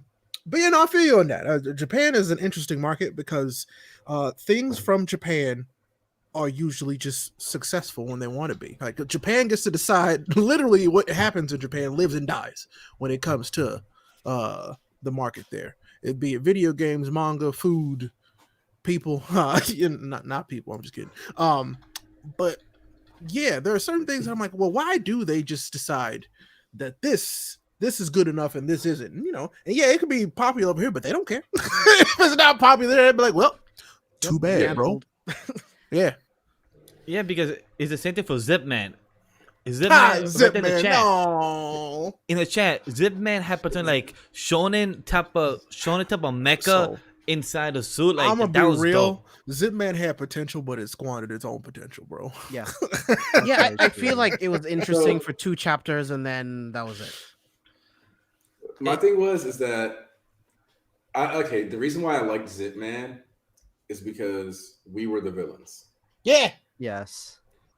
Like nerds in everyday life. it was the were weebs, the villains, bro. and there was like It's always the there was weave. like so much potential. There was so much potential to like just like grab a lot of like toxic, weak, dumb nonsense. Yeah, just took the culture Slap and it make fun on- of it as much as it could. Oh, it would have been great. Like, but we didn't get enough time to like get into that phase. And if I'm being honest, I don't think that the manga reading community in the US or in Japan is ready to read a manga that lampoons it that hard. Like, I think there's a lot of people who are still very defensive about it. Oh, yes. Like, you still see people who are like, Meg the Stallion is tweeting about anime. She's doing this for clout. I She would clearly love needs to watch utilize the anime market. with Meg the Stallion. Let me tell you. Like clearly Meg the Stallion decided she needed to talk about anime after she got a rap contract to get famous. Right. Like, she wasn't already doing it. Like, women weren't already listening to her. She obviously needed. Hey, Pretend like she weebs, loves guess something. what? Women like anime too. Surprise! And plus, guys, for weaves, if they don't like anime, you could turn them to like anime. My girlfriend never have watched anime before me, but then now dating me, she watches One Piece. She watches My Hero. She watches cartoons and comics now with me because of her boyfriend. So if they don't like anime before, you can get them into it and it doesn't hurt. Not a bad thing. I was gonna also say for the people like if there are such things as girls who watch anime, how come they can't date me? Because they got standards. Oh, Damn. Sam, no. Sam, Sam, no. just tell them the truth? Oh, damn, Um, son. look. I mean, look. Sam's not wrong though, and like I think we just need to like say it out loud more. And I think especially like anti-tubers need to say it more. Like, just be Fair honest. enough. Like, Yeah. It's true. I mean, I can't It's talk. like- I'm married, so you know. I can't talk. I have a girlfriend for 3 years. And while doing YouTube and everything, so it's like I can't say much. And James is also taken for 10 years, so it's like, Hey, we love you, Sam. Hey, ladies, Sam single. Just so you know. just for ladies, I'm just not hit him gonna- up on IG and Twitter DMs at Sam the Manga Man. I'm not a fan of the whole like, tell me if you really love anime, tell me about this thing and tell me about that thing. What happened? Oh, shit. No, Oh no, I have my own life. I got shit to do. I don't want to. And that's the other thing is that like, stop trying to test the people. On Yeah, I hate that the most. Gatekeeping in general. Cut out that gatekeeping bullshit. I hate that in Just gaming, let people like movies. what they like. They ain't hurting you by liking stuff that you like. Because my thing is just like, let's say she likes anime. Because the thing is that like I kind of love that women on Twitter have started like saying this more and more. It's like they'll bring up like Oran Host Club or like girls like Boys Over Flowers, like all these other different like manga or anime series that exist that most men are not watching or reading. So they're like, okay, so it's like, oh yeah, like do you like anime? And then like they just start like rattling, and it's like you realize, oh yeah, like you're asking me about a bunch of stuff that's not necessarily within my interest. Maybe this isn't a fair and a legitimate line of questioning. Because this is no longer about my love of anime, it's about whether or not I love the anime you love. Right. That's a different conversation. And I think that's what people need to realize. Like, we all love AOT and My Hero Academia, and Ray and I have the correct opinion about Hunter x Hunter. Thank you. Thank you. I was yelling in the chat when you said I was yelling. Oh boy, I was like, finally, somebody gets it. Thank God. And so, but like at the end of the day, like if she's just willing to watch anime, then like watch it. Also, though, like stop pretending anime is like that big of a deal as a medium, like necessarily because like yes, anime is like its own like cultural niche to a certain degree. So like I understand why we have a distinction for it, but you need to realize is that it's kind of like when people mention shonen, like when people say shonen is a genre, and then I get to look at them and go, okay, so check this out. Dr. Stone, Kuroko no Basque, Shokugeki no Soma, One Piece, Attack on Titan, and My Hero Academia are all considered shonen. Yep. Yeah, I mean, and that's the thing. The anime encompasses so much more than just shonen.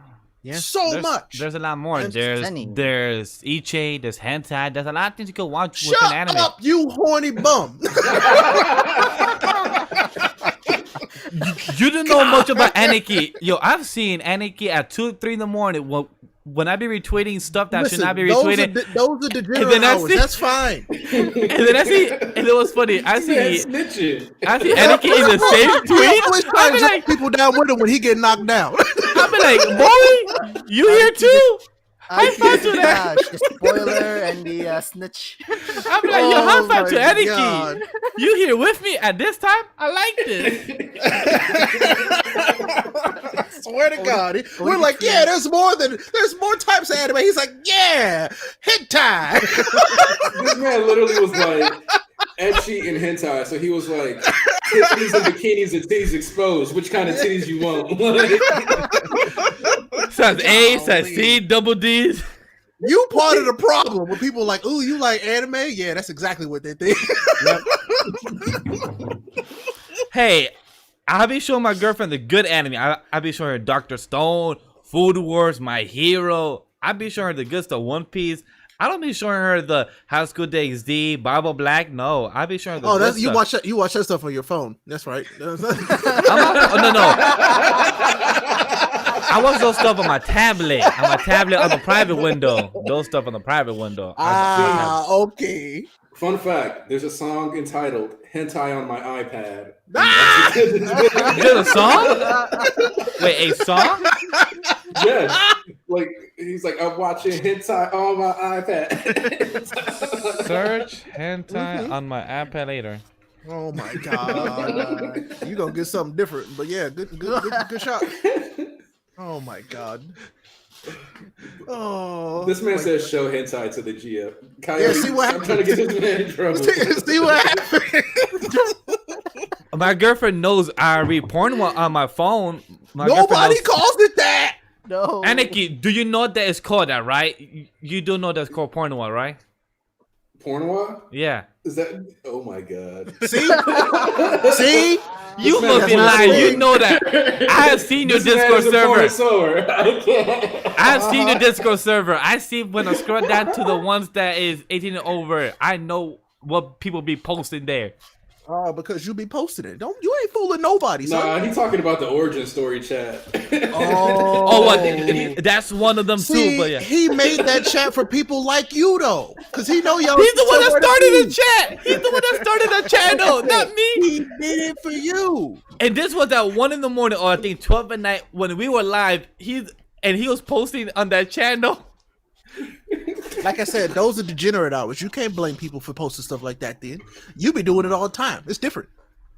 Well, not my fault. I do it at 6, 7 in the morning, and James is awake and he retweets stuff. Not my fault. See, there was a time where I used to have to get up at 3 in the morning to go to work. And I get up, and that's all I see is them liking, retweeting and liking titties that they're sharing on Twitter. And I'm like, hey, it's never retweets just like. Bro, okay, I'm gonna be real with you. Like, I'll be scrolling through Twitter, and like I'll see like some really hot art, and I'll be like, let me switch accounts so I can like. Let me switch.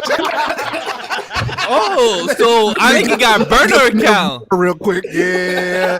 So Aniki got a burner account. I mean, I ain't gonna say that I don't know what you're talking about, but I don't know what you're talking about. You know what I'm saying? Now I know what to ask off screen later after the stream. I'm like, yo, so what's that burner account so I could just follow it, just make sure what that account only is retweeting. You're gonna have that. He's gonna turn on that bell notification. He'll turn on that bell notification. Like, just in case, let me know what that account's retweeting. Just in case, what that account's liking, just to know. But just to, to pull it back so the kids can keep watching again. It's 10:44 p.m. Do you know where your children are? Nah, I ain't got none, so I'm good. But anyway, yo, Japan is a special place, and then y'all were talking about something earlier that I wanted to kind of touch on just real quick about what was it, the one about plagiarism. And then it got canceled. So that one, it's just, I feel like it is legitimately just a difference in culture. Like over here, people will, kind of see that and can, kind of associate themselves and see themselves in that story. But over there, it's more of that's way more of a pride thing. This is your creation. Like nobody, like faking it is basically like a sin, because you're supposed to earn stuff like that. So that's why I can see exactly why. I can see why it got canceled. I mean, it's like, I'm happy it got canceled, but I can see exactly why it got canceled. That's true. Yeah. But it was like a new way of why a manga series got canceled, not because of its popularity, but because it's like the whole it doesn't fit our motto as Shueisha or Shonen Jump, where we can't allow copyrighting. Right. I mean, and it was one of the things where it's like we don't want to, I guess, like show that this is something we even think is remotely okay in our works for other people who are working out there like this. Yeah, but they should see it as education for people. Like, these are the repercussions of plagiarism. I don't think that they Okay, would but be like, also, we're gonna use this as like an example. I feel like they're like, nope, we can't have any mention of this whatsoever. I mean, yeah, over here we absolutely would. You know what I'm saying? But over also there, gotta they're think about the irony to that. Yep. They're like, oh my god, a series about plagiarism? That's too far. But they let groping tropes go through when they actually have trained groping issues. Yep. See, that's to the extent where they create entire thing, bro. like they create entire. That's too much. But this is like, we don't want to talk about that. We don't want to address that one though. You know what I'm saying? Right, like you can't go that far and then just do nothing with it. Like, how you if that's going to be your logic, then you need to call out these other things too. Like, right. Like, for example, like the mangaka for Toriko is actually going to be back in Jump soon. What? Yes, the mangaka who got in trouble for being like involved with paying a teenager. What? Toriko. Toriko. Toriko. He paid a teenager to sleep with him. Yep. What? And still failed. Yikes, like, still did not do it. Like, no, like it. But I heard the news that they're going to they're giving him a one shot or something like that. Yeah, they're letting him. Yeah, they're giving him like 2 one shots. Yeah, he's coming out with a one shot and 2 more other mangas that's gonna be coming out for Shonen Jump. Like, what the hell? I didn't remember he did that. Like, oh shoot. But yeah, Coyote, you're right. I love Suits and Psych. Those shows are lit, bro. Also, yeah, like Suits was actually one of my favorite. I love that show. Me too. I love Suits. Before they ruined it. I haven't finished it, so I don't know if they did ruin it because I stopped. I don't know. I stopped at season 5. Bro. Well, I mean, one of them literally became a fucking princess. So yeah, it got yeah, I know. Ruined, so. Yeah, it was hard to finish a serious show, but I love Suits. Like Mike and then 2 of my favorite characters left, and I was like, well, I'm done. It. Yep, that's it. Yeah, but that show was a good show to actually show the audience what happened if you try to fake success, and that show was very good for it. They said Aniki's burner is Aniki. Now, see, it would have been funny if you had said Aniki's burner was Anakin, because you know what happened to Anakin.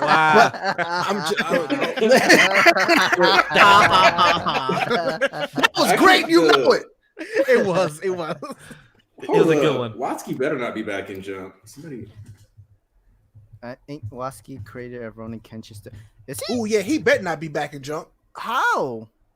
Like, yeah, no that's what way. I'm talking. You see, I'm looking it up right now. Because didn't they put him in jail? They put him in jail. For like, hold on, let me see. He has a record. He has a record. Come on, bro. That guy has a record now. Like, oh my, like, oh, no. So you know what my issue? You know what an even bigger issue with this is though? Like, okay, I don't see anything about Watsky having a new series though. Okay, but like, regardless, dude was only in jail for like 4 or 5 months. Like, right? I don't think he was in there that long. Right. And they should have put him underneath it. Like you know what the big issue with the Ronin Kenshin author is? Do you realize this man has so much child porn? Mm-hmm. They thought he was a dealer. Uh-huh.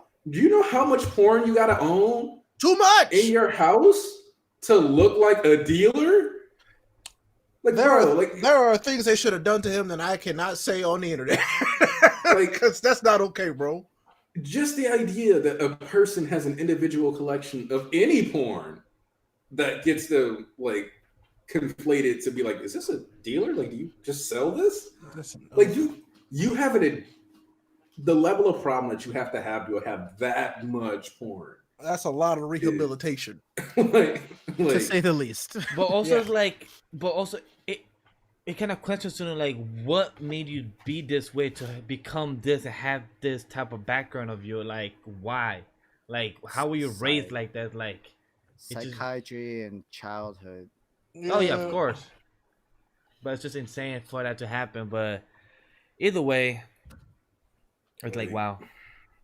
But no, that's good. I'm glad he's not back in Jump. I'm happy about that. So yeah, it's just the Toriko dude from what I know. So all right. But like, regardless, like, because if we're gonna go out of the way to not release any more copies of Act Age, when what you could have done was been like, okay, the dude who wrote the story, you're cut off, and we'll finish selling these volumes.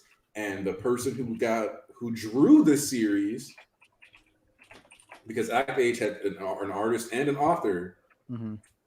like, they'll get to still like make some money off this series. At least they could have at least done that, because this doesn't make sense. Why are you letting like these like certified, vetted, and like offenders come back to make money or still collect, but then you're gonna do like the artist of Act Age who had no affiliation, who wasn't the one that was sitting there like, haha, I need to get a bike for my hobbies, and then 2 months later got caught biking and like striking.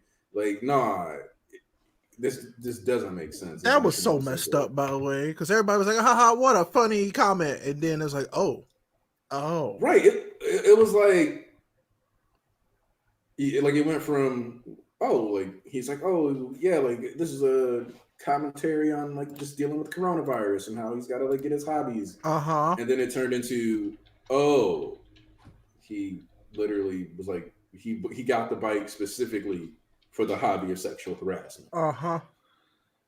That's not a hobby, bro. That's just you being garbage. That's just you being a criminal, literally. What's this you just sent me? The new Gundam series called Heroes coming out next year. I thought the cover looked dope. That cover itself, Aniki, I don't know if you like Gundam and Hey everything. yo, okay, it's an SD series. Yeah, as this series, Gundam's War Heroes coming out next year, April. Okay, that actually looks sick. I love the suits. So you Like said- the gold stuff is amazing. You mentioned Gundam World Heroes Yeah. and April, and then I thought about March, then I thought about spring 2021, and then I thought about Bleach 1,000 Year Blood War. So But also, My Hero Oh, Season gosh. 5. My Hero Season 5 is also that. Oh my god, yes. we're getting a lot of good stuff next year. Next year's Yeah. gonna kind of, unless the world blows up, next year's gonna slap. You know, Look, man. For everything, Look, movies, I- anime, manga, everything. If things work out by the Cop Club, things work out where Cosio. I was actually talking to Sam. If Anime NYC happened this month of November, we would have had We would have access to see watched Demon Slayer the movie. Player movie.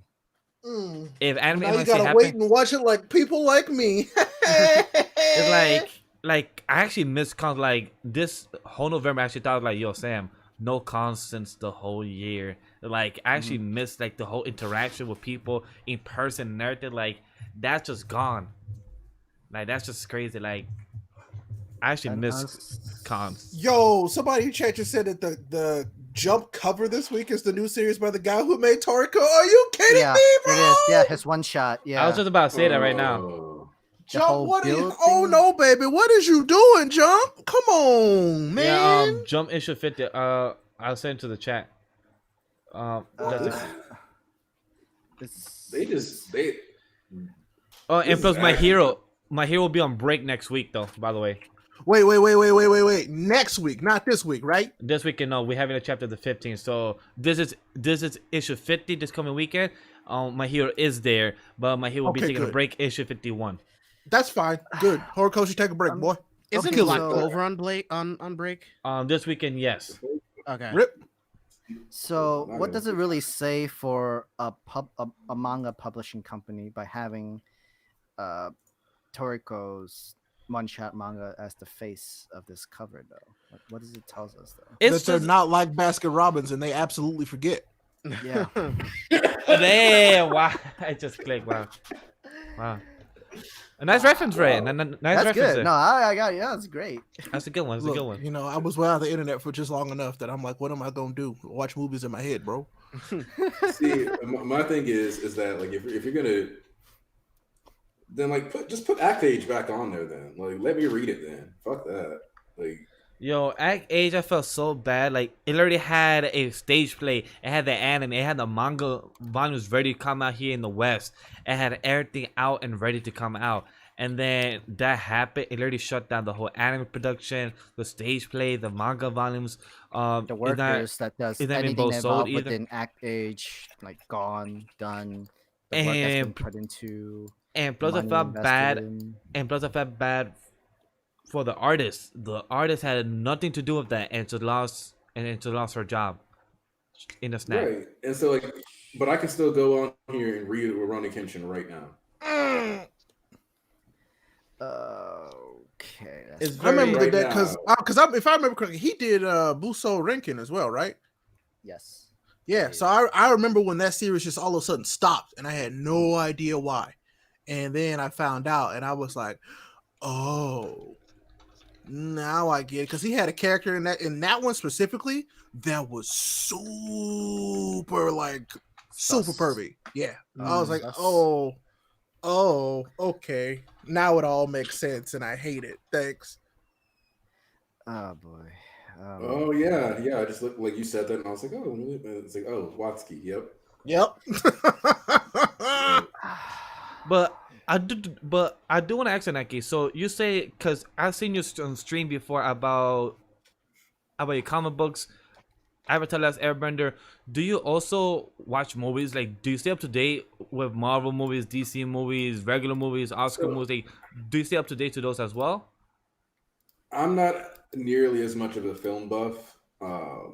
There's like I do enjoy good movies, but I don't necessarily like go out of my way to like acquire new ones or see like new films because like my favorite movie is like a 2-star film from like 2008. Which Uh, is And Charlie. Are Bartlett. you like X-Men: The Last Stand too? Bet. What movie? It's Charlie Bartlett. Like X-Men: The Last Stand. We don't talk about that. No, No, bro. That's one of the worst movies I've did a ever good seen. job of showing Wolverine's healing factor. Yeah, that was it. Yeah.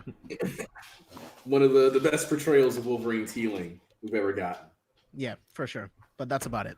That's it, literally. None of those movies holds up. Like I tried to rewatching it, they didn't hold up. X-Men 1 or I can't 2. wait till people realize that about Thor Ragnarok. Oh man, dude, X2 still has one of the best openings of any comic book movie. That Nightcrawler opening scene, dude, is insane. Sick. That's the best Nightcrawler's ever been. Yeah. Yeah, that is actually the best way he's been in live action. Outside of the comics, yeah. Yeah, about to say live action, yeah. And that reminds me of that X-Men Origins Wolverine wasted Gambit. Yo. Oh, I was so upset. How do you just waste Gambit? Like, when he's such a dope character in the comics and cartoons, like, Gambit's such a way better character than just being smooth talking with his, I think he's French accent, right? French accent? Cajun, my He's guy. Cajun. Cajun. How dare you? That's literally all he's known for. I forgot. And Taylor Kitsch is such a good actor. I think he was good as Gambit, but the script he was given, the dialogue he was given was absolutely terrible. Yes. Yep. Which is unfortunate. Very unfortunate, because now we'll never, I won't say never. There's a chance we actually do get that character. So, all right, I guess this is a good time to talk about this because you brought up the DC stream, and like that didn't even just like end up being DC. We ended up talking about the MCU a bit there. Right now, the MCU feels a little hamstrung to me. And what I mean by that is I don't know how like much diving you guys do into Marvel comics or in general, but like because of how much crossover emphasis that the MCU has had, currently the villain options they have on the table, they've already like kind of started doing stuff in Phase 4 where there's not enough proper setup. Like it seems like right now based on what we have, and I mean maybe they can do something with like Black Widow that like shoehorns like effectively a retcon into the past, but you know whatever, we technically didn't know about it, so it's not completely a retcon or something like that. But it's like you got Doom, you got Galactus, but it's like who do you have to be the next big bad, right? I mean, Kang can be the next big bad. I mean, he is though, right? Is he though? So okay, so this is the thing, right? The next Phase 4 is going to be about the multiverse of madness. So how Kang plays into that, we don't know yet. Right. But the multiverse of madness is being kicked off by WandaVision and then, of course, Doctor Strange. So once we get WandaVision, which is the first Disney Plus Marvel show that we're going to get, that's where we'll actually understand what this next arc is going to do. But they have Doom. They have Kang the Conqueror. They haven't done Secret Wars yet. They haven't. There's still so much to do. Doom as well. Like, Doom himself from the whole Fantastic Four. He's not just a Fantastic Four villain. He's also a villain from the Avengers, Spider-Man. So he can also, do bad stuff. I mean, technically, we could get the Apocalypse twins too. So the other thing is, I guess it kind of comes down to also what we get with the Spider-Man multiverse movie, right? Because we can't do a Secret Wars with Captain America gone, with Iron Man gone, with like I mean, but there's a way to tweak it, like the MCU has always done. They take these stories and then they just tweak it to fit their universe. True. And that's what I'm like kind of worried about, because I'm trying to think about what characters they've got left in the chamber that'll be as good as an Illuminati that you would need for the Secret Wars, because because the Illuminati is, canonically, like, it was Xavier, but, he died. So Beast comes in. So you have, like, Beast, Strange. Reed Richards. T'Challa. Namor.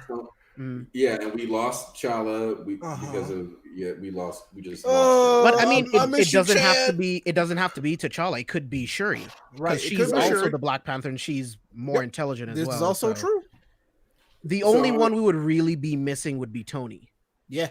That's true. Which we don't technically need Tony, because I'll be honest, Tony caused more problems than he fixed sometimes.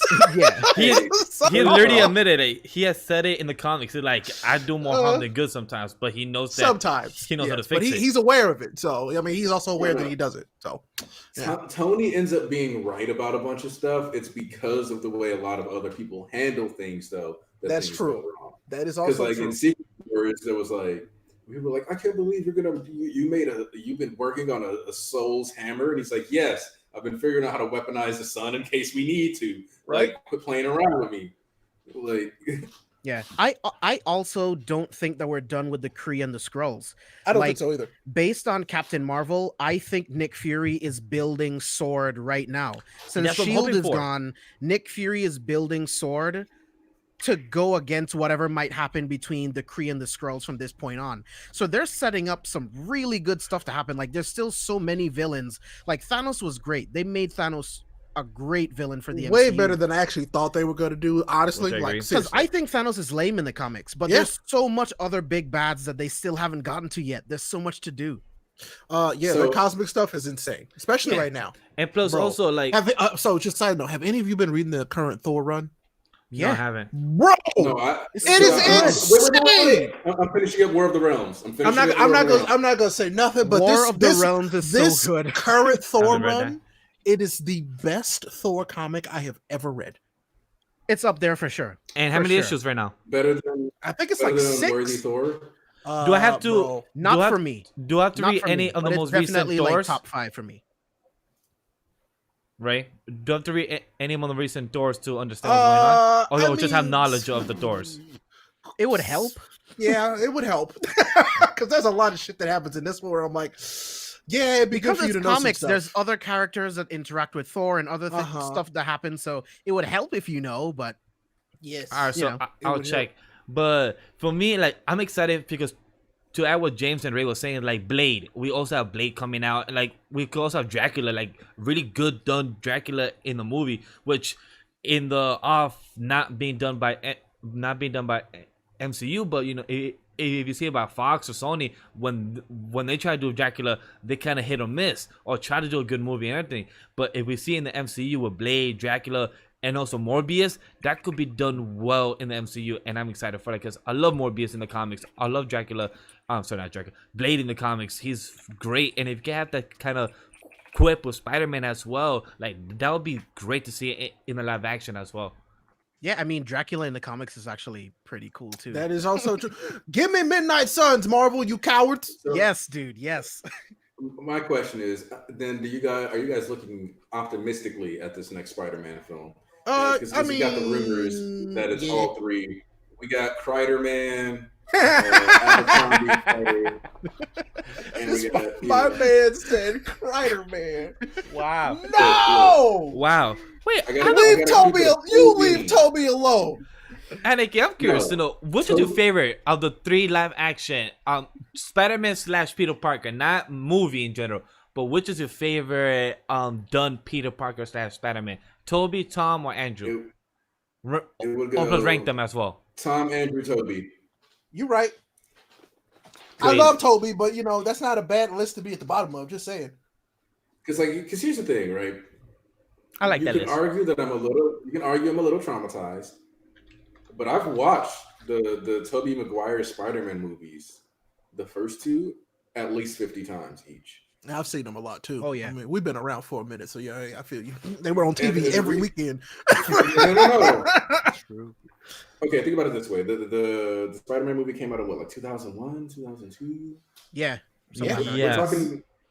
We're talking by 2005. I had probably seen these movies at least 50 times. For sure. Because, I mean, they were the best stuff that you had at that time. I mean, Spider-Man versus Doc Ock. That was amazing. That was It was amazing back amazing. then. Oh no! That was Because my little brother loved it so much.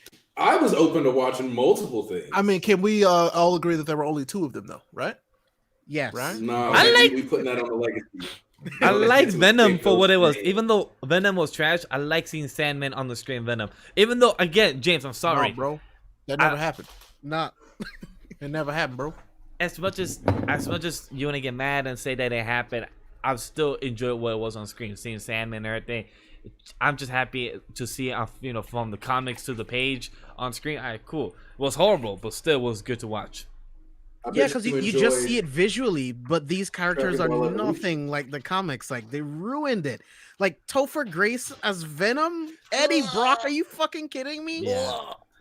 Nah. What?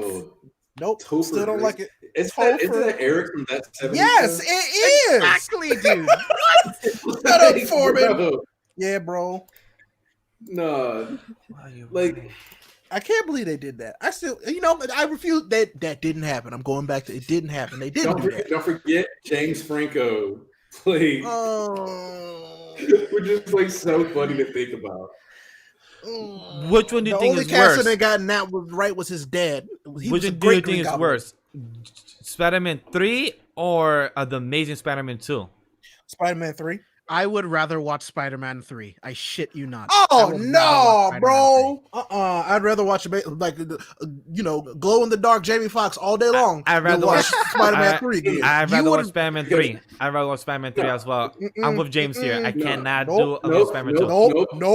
The end of Spider-Man 2, the end of the Amazing Spider-Man 2 made me feel more than any other ending of those Spider-Man films. All right, so we have 2 here, Spider-Man 3. We have 2 here, Amazing Spider-Man 2. Look, Sam, where are you? Aniki just gets me, bro. He understands. Chimera arc not all that good, you Hold know. on. Fell into One the person. trap. Hold on, What one studios do? It's like, well, if the final scene is cool, I guess they'll think the rest of the movie was okay. No, I just think that the end of the movie was dog okay. shit. Sam, where are you though? Sam, where are you in this? Okay, are you with us or are you with them? Sam, choose correctly. I was gonna say It's Spider-Man 2020, 3. Sam. Be Damn woke. it, Spider-Man Sam! 3, you see? I guess I'm going to start the show with Aniki. All right. We can talk about how Green Island is just straight up and York New is just as good as Chimera because of the reasons you were talking about. Like, oh, thank you. Spent all this time training. Thank For you. what? To train someone. Like, Thank you. why did we spend that much time there? Yep. Like My man. If it wasn't going to be good enough, we might as well have just known it wasn't going to be good enough and just gone ahead. Like nah. And I've had this conversation with Ray, right? I feel like it's more realistic. Like, just because you train as hard as you can doesn't mean that you're going to be the best at what you want to be. It doesn't mean you'll be able to achieve the things that you want to, unlike much other anime that prove different. So I thought that was actually an interesting take. I mean, yeah, it's still interesting. Realism. You're right.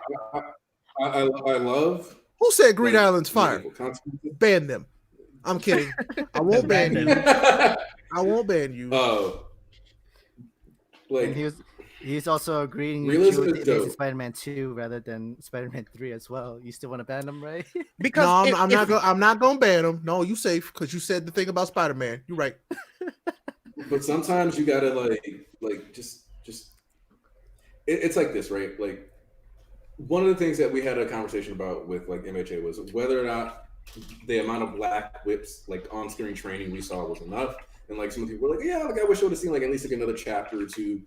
For me, I was like, no, glad, because we had an explanation of the mechanics that he was going to use to study and learn Black Whip. You know, he was going to apply the same principles as the Air Force. If he's going to learn that, and that's how he's going to do it, then, and we have already seen him learn Air Force, then the only thing that's really changing is that Black Whip is also coming out instead of him just flicking his finger. I don't need to see him practice that. That would be a waste of panel time.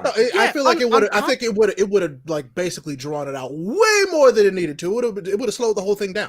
And on top And of that's that, how I we feel about already all know this that stuff he that's spent coming weeks in Endeavor's agency helping people every single day. So we know he was using Black Whip to help people. You already know that. not So why even do you that. need to see it? Every time Deku has got something, we've seen it every single time that he's worked for it. They've never just given Deku anything. He's had to work for everything he's got. Chapter 75. When you get the big reveal, you know, when he's like, hey, yo, Nana season, what do we get? The flashback like 2 chapters later that shows that like it was prep time. They were prepared for this. They knew this was coming, and so they prepped for it. But the thing is, no matter what, no sides will win because people get mad. In one side, hey, you don't have to show the training all the time. You can do it off screen. But then in the other side, people get mad way, hey, you gotta show the training of how people, get stronger and everything. I mean, so this just goes to show you can't make everybody happy. I mean, we remember we disagree about Hunter x Hunter, which is a goat. So, well, you're gonna have Roger here next week, so you could do this one more time next week.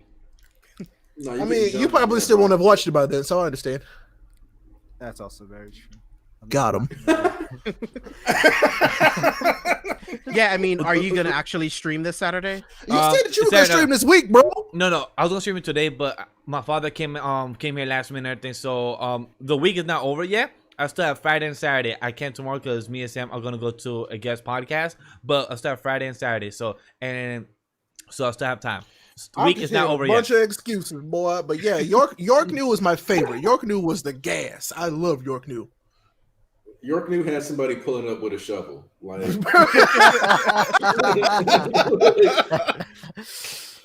don't know, man. I love every day. Yeah, I don't know. I just really loved it. Like when York New happened, I was like, "Oh shit, this is why people really like this show." That was when it like clicked for me. I was like, "Yo, this is great." But the beginning was that's because Kirby is a more interesting character than Gon. Yep, this is true. This is true. True. But and he started out not as interesting. He started out kind of like traditional shonen, like cliche-ish actually. Yeah. And then I'm like, oh, okay, I like it. Man, I might have to watch that again for real. Yeah, when I went back and I was reading Dark Continent stuff, manga stuff that comes after the anime finishes. Yeah. And I was like, oh snap. Clue is MC again? Let's go!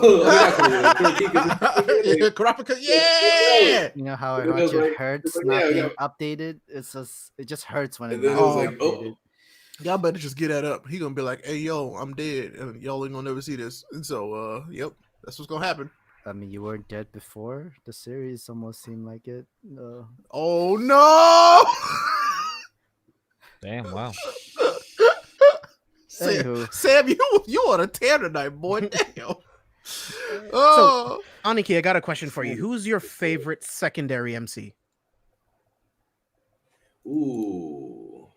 Wait, what's his first? Did he say that before? My first favorite main character ever, my number one MC of all time is actually Kiritsugu Emiya from Fate Zero. Oh, okay. Oh, my boy, you get it? Yes. I got two fake backgrounds on my phone, like straight up. He does. He does. I had a Fate wallet for a long time. Fate wallet? Oh, that's dope. I love Fate. I mean, Fate is now it's the UA wallet, but we out here, Oh, UA wallet? That's no matter dope. what happens. Yeah, bro. Actually. I was like, wow, this is actually pretty solid. I'm about to say that wallet looks dope as hell, but nice. Deuteragonist, my favorite Deuteragonist is probably Mugen, because a lot of people don't realize that Fu is the main character of Samurai Champloo, because it's her journey to find the Sunflower Samurai that she tricks Mugen and Jin into helping her take. So I'd probably say Mugen and Jin work is my favorite Deuteragonist, but that's because Samurai Champloo is actually my favorite anime of all time, and one of the only series that has a 10 out of 10 for me. So, oh, nice. See, whole chat knows Emiya's goated. Whole chat knows. Emiya is definitely potential. Yeah, I see why. I can definitely see why. Real big. That's galaxy brain right there, boy. God, I'm gonna have to watch that. I swear I watched that fight with him and Archer I don't know, at least once a month. I swear to God. So good. Oh yeah. Huh. To kind of add to what James asked, what was your favorite MC? But to go more into the specific, what's your top MC for Marvel and DC? For DC, probably still would end up being Dick Grayson. I like that. Same here, Dick Grayson. I'm a fan. Got a bunch of Grayson comics back there. Same here. Nice. All right. For Marvel, it's probably Tony. Tony? Yeah, I feel like it's a good call. I mean, it's a good call. Right. Was that before the movies and everything, or was that just comics love and everything first? like I had already like with Marvel before it was like before I was like started like getting the MCU, then like getting into comics more because like with comics and manga actually like there was a phase where I started to fall out of them just because Yep. like Same. I was actually working 2 jobs but like whatever. But then I kind of like started getting brought back into it, and I always like to enjoy the Iron Man theme song and like Iron Man as a character. In fact, like Iron Man is actually an MCU film that I saw in theaters the weekend it came out. Same. Which I didn't know it was going to end up being like the big deal that it all ended up becoming Uh-huh. today. Obviously, when we went to go see it, like, Man, hey, I that's can cool. still vividly remember that post-credit scene where Fury shows up, and I started freaking out because I'm like, there's no way they're doing the Avengers. I was like, at that point, I was like, and I vividly remember, it's like, there's no way. God, that was such a good moment. Oh yeah. Yeah. So like, I felt like a child just seeing that on screen. I was a kid. And I just Me too, I was, but I felt like a kid just watching it. Like I read those in the comics and to actually see it happen on screen, like that was beautiful as hell. That's like okay, so that's the thing that like throws me off sometimes with like MCU movies and stuff like that. Like my hatred of Thor Ragnarok 3 specifically comes from, or like Thor Ragnarok specifically comes from it being like some like comic plots that I really really love. Like the Hulk Planet Hulk storyline is probably my favorite Hulk. Woo-wee! Period. And then like the Unworthy Thor by Jason Aaron is actually a really good Thor run. So like Thor Ragnarok is like a combination of the two, but it removes like a lot of the spirit of what made those runs good because those were actually like kind of dark and heavy runs in terms of comedies. Mm-hmm. Yeah, but I mean, like, none of those runs fit into what the MCU is supposed to be. And as you know, like, the Marvel Studios does not have the rights to the Hulk, so they can't make Not yet. a standalone Hulk movie to make Planet Hulk because, like, Mark Ruffalo has talked about this in interviews a bunch about how much him and Feige like sat for hours talking about a Planet Hulk, like a series of movies, like a trilogy of just Planet Hulk, but because of the whole Universal thing, like it's not really possible. So it's like you kind of just have to take what you can get, unfortunately. That, but also want to add is that what John Schnepp have said before is that the way I have seen the MCU films and plus the DC films, even though they're not perfect or great, time like I see it as the what ifs. It's like just trying to combine stories, like you said, Planet Hulk and the Thor storyline into one movie is not perfect, but it's like you're seeing the what if scenarios if you put those two stories together. You can't get mad at it or love it or anything. If it's not perfect, you still have the comics. If it's great, boom, that's amazing. You have an additional source material to see of what you read of the source material of the comics. So that's the way I've always have seen it. Like I can't wait to see Beta Ray Bill. Like they've been teasing Beta Ray Bill in like three different movies. Long. Three movies. Like give it to me now, dude. Beta Ray Bill's not happening. They've teased it 3 times though. It has to why happen. Why show you 3 times without doing it? It's happening in the Guardians movie. It has to happen because those it's in the cosmic realms. Well, why not a Thor movie though? Because he also gets a hammer as well. That's why I say Beta Ray Bill doesn't even make sense to happen because the hammer that he gets is the one that Thor has right now. Well, but that whole I actually kind of don't want that because that whole thing with Thor when he meets Beta is so weird. It's so weird. Like that was back when Thor's story was like, yeah, man, we just go take your powers whenever we want, you know. So like, oh no, I would have liked to see Beta Ray Bill in Ragnarok. I thought he should have been cool. He should have been. I don't know why they didn't. I don't know why they didn't do that. It would have been sick for him to have been in there and fought Thor in there with a similar hammer. He'd be like, "Whoa, hey, hold up!" That would have been so good, good. But then it would have been OP because him and Thor would have had to go back to. Well, actually, no. They had a reason for him to not go back. He would have had to go back to his ship. Huh? Yeah. No, they could have done it. They just didn't. That's why I'm hoping that they're holding off for just to bring him up later on because they showed him 3 times. What would be the point? Because that's more than an Easter egg. Like, why show him 3 times if you're not actually going to do it? I mean, that's kind of how I feel about like taking some of these like heavier plots and then just being like, it's just an homage. You know what I mean? Like, right. It's like there's fan service, but then because like I'm not so desperate to see the Hulk on the screen that like I'm like, yeah, you gave me my favorite Hulk plot. You just cut out all of its plot. I love this. That's also like a dangerous mindset to take, because otherwise we need to be grateful for Dragon Ball Evolution. No, whoa! I've never heard that before. Wait, That's not hold real. on. Wait, be grateful of Dragon Ball Evolution? That's not a real thing, bro. Because if that's the approach we take, where it's like, well, we love this thing, it's finally going to be on the screen, but it's not going to be at all like what you love about it. Then we should have loved Dragon Ball Evolution. Then that means we should have loved. No, because I mean, there's adaptations all the time. Right? The Shining is regarded as one of the greatest horror movies of all time. That don't exist. You made all that stuff up. The Shining is nothing like the book, and it's one of the greatest horror movies of all time. So it's just about how you adapt it. You can create your own universe based on what you take from the books, but you then have to make it good. Like Dragon Ball Evolution, they didn't make anything good. What the fuck is Ozaru? What is all of this other crap? Like, that doesn't make any sense. Like, at least you can take like what was done in the comics, like Civil War, right? It's nothing like the comics, but you can at least take like the bare bones of it and make it fit for the MCU. I don't have a problem with that. Man. Like, I don't expect the Flashpoint movie to be anything like Flashpoint, because it won't. So I won't even bother thinking about it. One of the things with Civil War that bugged me is that they really did not do a good job of establishing the Accords in the movie. Nope. That's fair. Because the Accords in the movie is literally just let the UN know before you pull up on some shit.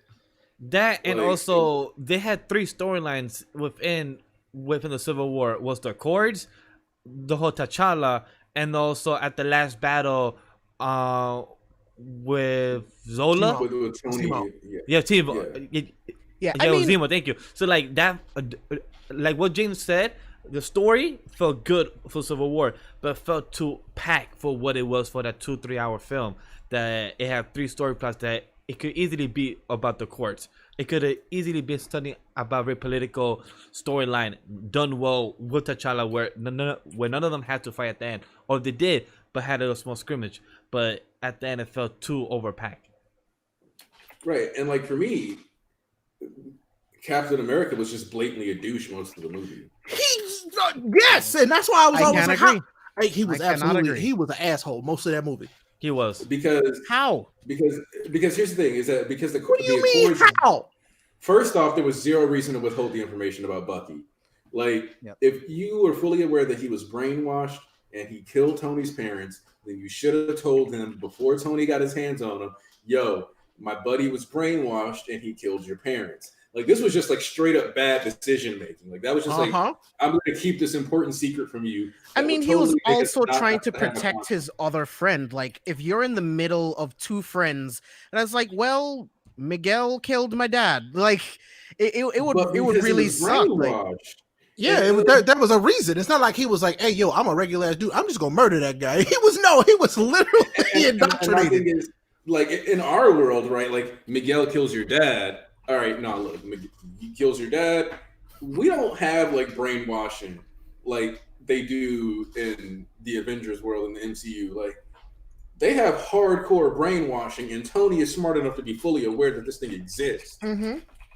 Well, I mean, to me, that doesn't have anything to do with Cap. That's just like not good writing, honestly.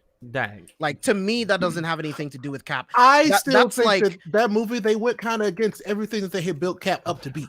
I mean, I don't agree though. Like, what Cap built up was, I mean, especially from Winter Soldier, you saw Cap going against the government because the government thinks they're doing what's right for people, and it's actually not right. You're taking away people's freedom and then telling them that it's freedom. Oh, so no, Captain America, who stands for freedom, people. That's different. Exactly. To kill it's like, you can't say that you stand for freedom, but you're willing to put these giant guns in the sky. And it's like, well, if you do something that I don't like, we're gonna kill you. It wasn't before even you even do something. Yeah, they were just like, no, we just gonna kill you because we feel like it. Yeah, because an algorithm tells me that 10 years from now you're gonna be an asshole, I'm just gonna kill you. Like, that's not Cap's fault. Like, he's trying to actually fight for freedom. And to his point, like what he says in Civil War, what happens when something happens in another country and people needs our help and the UN doesn't want us to do anything. Are we just supposed to sit back and let everyone die? You know what I mean? Like, and that's why Iron Man goes against the Accords at the end, because it's a bad idea. So my stance on that though is that the Accords is something that could have been a breathing document that was adapted over time. Yep, For sure, Because, for sure. because at the end of the day, there wasn't like the big thing for the Accords comics wise that really made it a big deal was the identities being Right. such like a prominent piece. Whereas with this situation, it was like, hey, you win. And objectively, they accidentally murked a bunch of officials. And so there kind of does need to be like some form of litigation because the reality is that legally, if any of those countries wanted to, they could have just held the US on the hook for a lot of that stuff. For sure. And so I think in general, like the superhero law of the MCU just hasn't been built up enough where the Accords weren't handled in a way that made them. Because it's like, I'm worried you're going to stop us from going and like stopping bad people. But it's like, what precedent? Because you can be like, well, like, you know, Hydra took over like this one thing. And it's like, yeah, but like you stopped them. And in addition to that, you can like challenge these people. And while you're still like within the context of the US, the other thing is like, if you agree to the Accords, that becomes public knowledge. So the second bad things start happening, and you guys don't get to respond in time, you just get to blame the Accords, and they have to loosen them up anyway. Cap never plays the actual political game for a dude who was a political symbol. I mean, but he just sees himself as a soldier. So I mean, you know.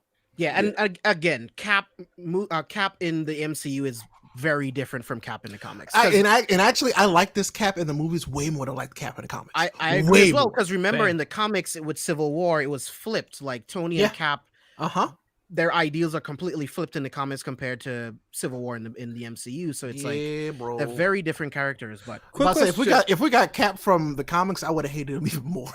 yeah, probably. Secret Empire Cap was actually really good. Okay, Secret Empire Cap, a whole different thing. Like that Cap is kind of crazy though. The worst thing about Secret Empire Cap is that how they chose to end that. Because they only chose they made that ending that way so that they could be like, see, it was never Cap. Like that's basically what it was. Yeah, like it was Cap like, that was Cap. And it's like, no. That's Cap, literally. Let him be on the hook and like be dealing with it and like working their way through instead of just being like, well, now there's two Caps. Yep. There's a good one and there's a bad one. Like, and that's the thing that happens in a lot of series sometimes. And I understand like comics and like manga can oftentimes be aimed at like younger people. But there's like some dumb lessons that like you end up getting away from that. Like instead of it being a thing where it's like, okay, this person got sucked into an ideology or they fell into this belief system, they like kind of remove the penalties for being a dum-dum. That's kind of like part of the reason why, like, when I had my like Avatar: The Last Airbender stream, for example, one of the things that Ian, like one of my buddies, ended up talking to me about later, is like he started realizing it's not that he hated the Legend of Korra characters, it's that the plot in Korra literally beats them down so much that you don't want to root for them because you know they're going to get beat down like the next episode. That's right. Where it's hard to like feel inspired. So, you know, there's always a balance to these things, I guess. But I was gonna ask one thing to try to connect about the Civil War. Quick thing about My Hero. Do you think there will be because Ray and us have been theorizing for the past couple of weeks and months. Oh in our reviews, we got a light theory about this. So we believe that there's gonna be some type of civil war between the heroes, and also a time skip that's gonna be happening soon. Do you think for either both is gonna happen? Like, what's your? And we're not saying the Civil War happened before the time skip. We're just saying that we think one will happen. Okay, so the way that this is kind of like set up, because I've talked about this, I think we talked about this a couple times on air, but maybe not as much as we probably should have. I don't know. But Makia ran straight through the country, ran straight through Japan. Just, like Caleb Cook literally posted the map. You can see it. If you go on one of his older threads, I think it was around the time of chapter 287. I might be a little off there, but whatever. And they explained that the evacuation range was like 5 kilometer radius. So you basically have this miles wide disaster line going all the way up the country, where I think you have probable cause to split to the east. They have these factions developed because the Hearts and Mind Party is an actual political faction that's had weight. They've got over 200K people that are like actually soldiers. If you compare that to the U.S. military, for example, the U.S. military has about 3 million people, or sorry, yeah, like 3 million soldiers. The U.S. military, it's like the U.S. as a country, last estimation was about 330 million, so about like 1%.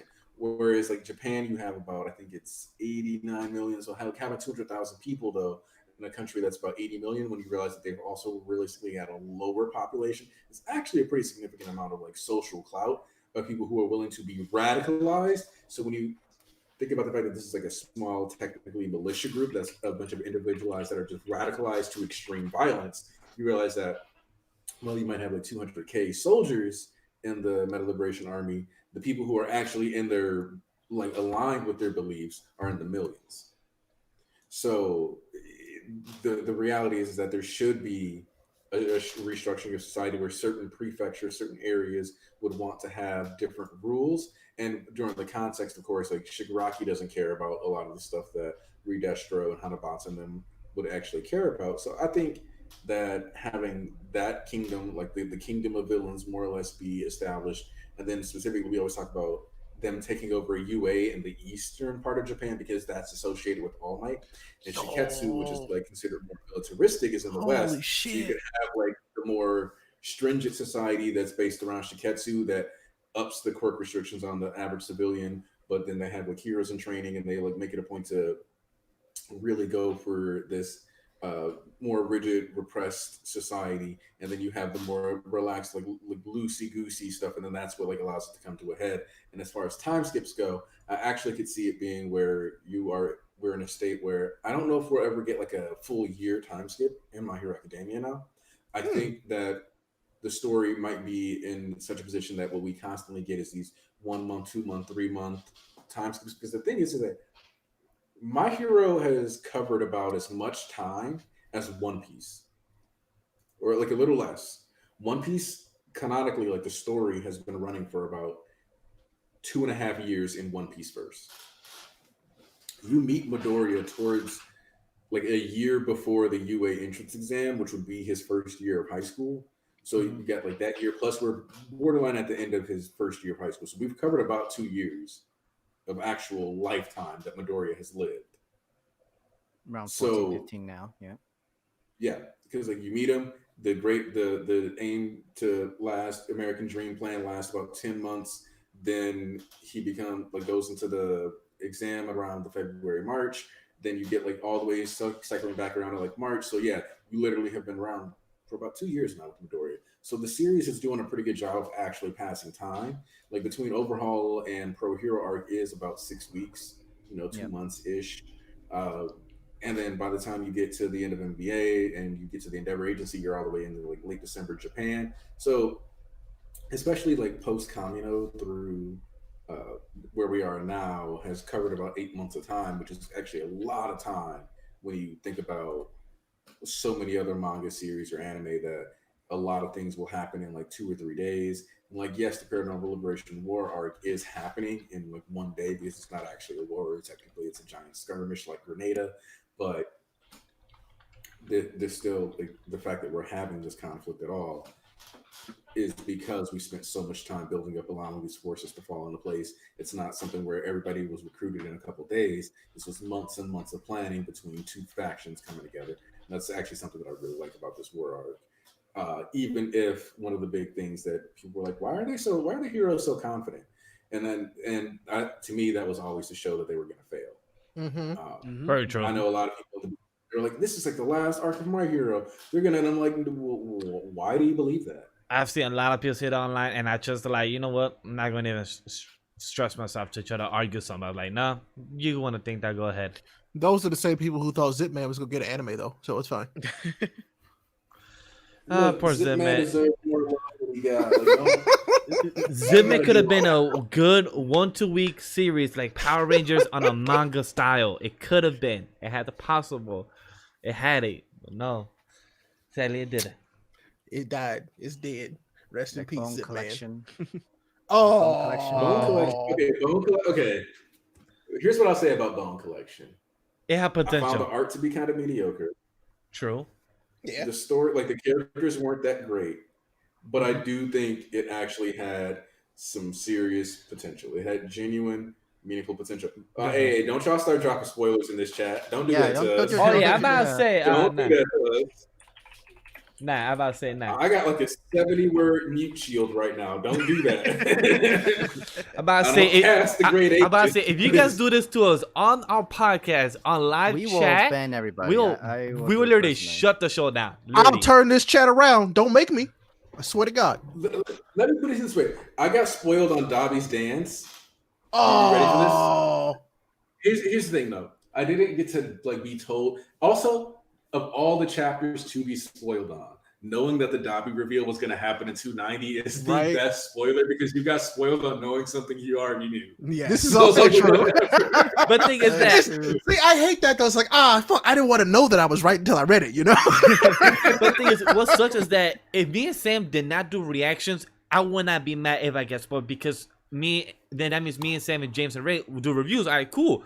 But since me and James have been doing reactions now in 2 weeks, it's literally about to be 100 chapters that me and Sam has been covering live reactions for the series. So to get spoiled, it kind of sucks because that's why it makes it authentic to show the people like, oh my god, me and Sam did not know this was happening. What the fuck? And then that's it. And then we do review.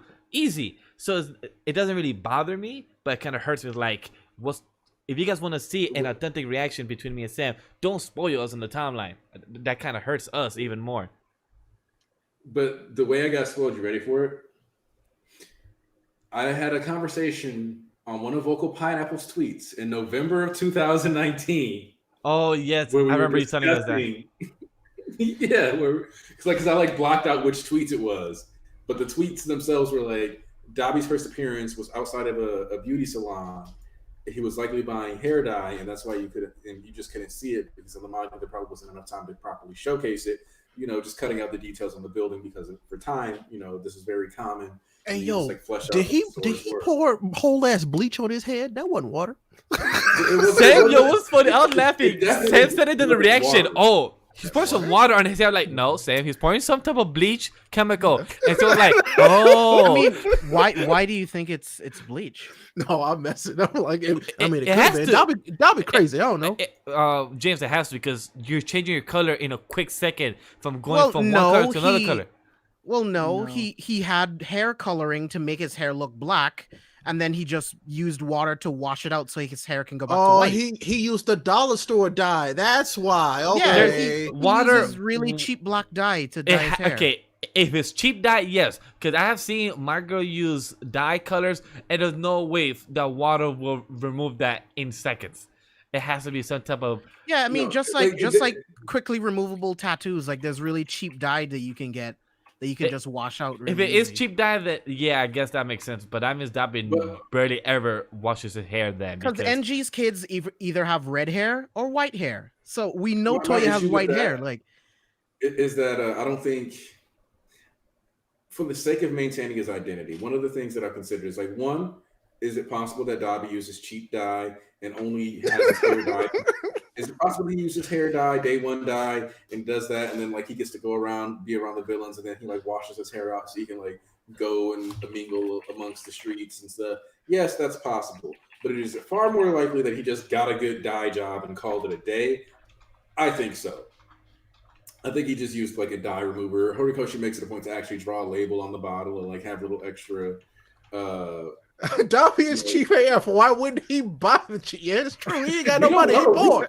We don't know if Dobby is actually poor. I don't know. Have you seen him? He ain't look poor to me. Maybe That boy- like the hairdresser. Dobby looked like he smelled broke. That's all I'm saying. So maybe the hairdresser and the people that he killed were among the 30 people. We don't necessarily know. We don't know Maybe. who the 30 people. it was mud in his hair all along. Wow. I'm not trying to read the chat because I'm like, I don't know if I can trust every single person there. Even if Dobby's poor, that was 4 months ago. He's I been mean, Yeah. Somebody gave him $1, I guess. Cool. Bruh. That's just what I think. That's what I need.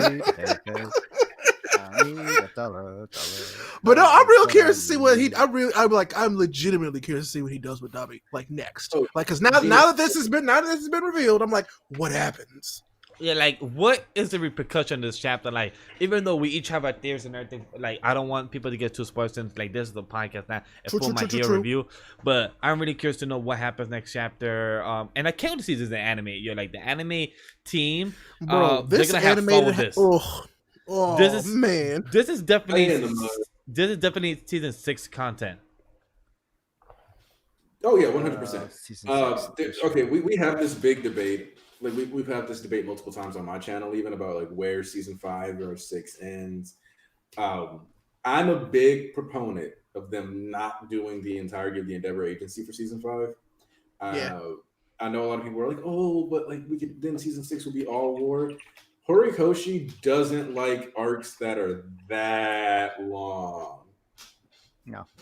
So I don't think, and if this was just to be season 6, this has currently only had about 34, 35 chapters. I don't see this going another 25 chapters. Oh no. So season 6 can't be like just the war. And fair enough. With season 5 being in, like, if season 5, depending on where, there's like multiple points at Endeavor Agency where you can end that are good. Yeah.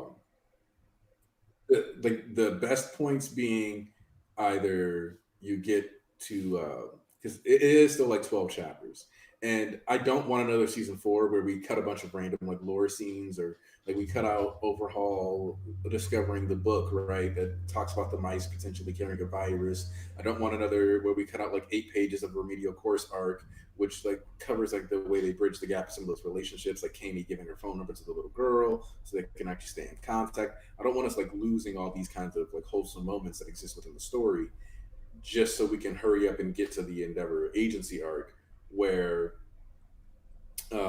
as far as I'm concerned, the best point is probably like a little while after they beat Star Servant, after they deal with Star Servant, and then you get, for my taste, Endeavor's statement about, all right, I'm gonna bolster their numbers, and he walks out and he's like ready, and then like you see all the students getting ready, and then like to me that's a great place to end this end the season. I know a lot of people like the idea of ending with all the heroes vanished. I like that. Yeah, I would like for the season to start with that. Yeah, I just think it's too much content. I agree. Like squeezed into like the one season though. Like that's the issue for me. It's like it's not about like, oh, look at this. I don't want to. It's like, no. I'm worried it would be messy and rushed if they slap too much stuff or rush too much into it. And sorry, go ahead. yes, season 5 has a lot of fights, or like we'll have a good amount of fights. So rounds 1 through 5 of joint training should be 5 episodes. Oh yeah. But there's going to be at least 2 to 3 episodes before that building it up, plus like another 1 or 2 episodes doing the wrap up. So that's still like 9. And then you have My Villain Academia, depending on how we execute the flashback sequence, is still going to be like another 8 plus episodes. So like it could go to Endeavor Agency depending on like how rushed or how much time they spend on like the dialogue chapters, etc. It's a if they add Aizawa's backstory, it's going to get complained about because there's no actual good point for Aizawa's backstory in the canon manga. Right. Mm-hmm. Because Horikoshi keeps his characters in character. Yep. This is something that's like really important. And I don't think people like to factor this in really when they talk about, because they also don't look at why the Aizawa flashback even happened in the context of Vigilantes, which is he was at a crossroads deciding where he wanted to go in life.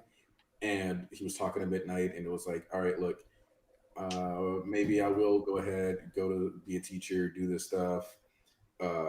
He was, motivated by the happenstances and stuff. But the thing that makes it an issue is that if you do the Aizawa flashback with Shirakumo, like when they're at the hospital, that doesn't actually make sense because like the time it'll be like, okay, now we need to figure out where this story like starts is like once the reveal happens, then that's where you can like fit the flashback in and have it make sense. Or like, hey, we want you to come here because of this, and then we just randomly have a flashback of when Aizawa was 16. That's not gonna make sense.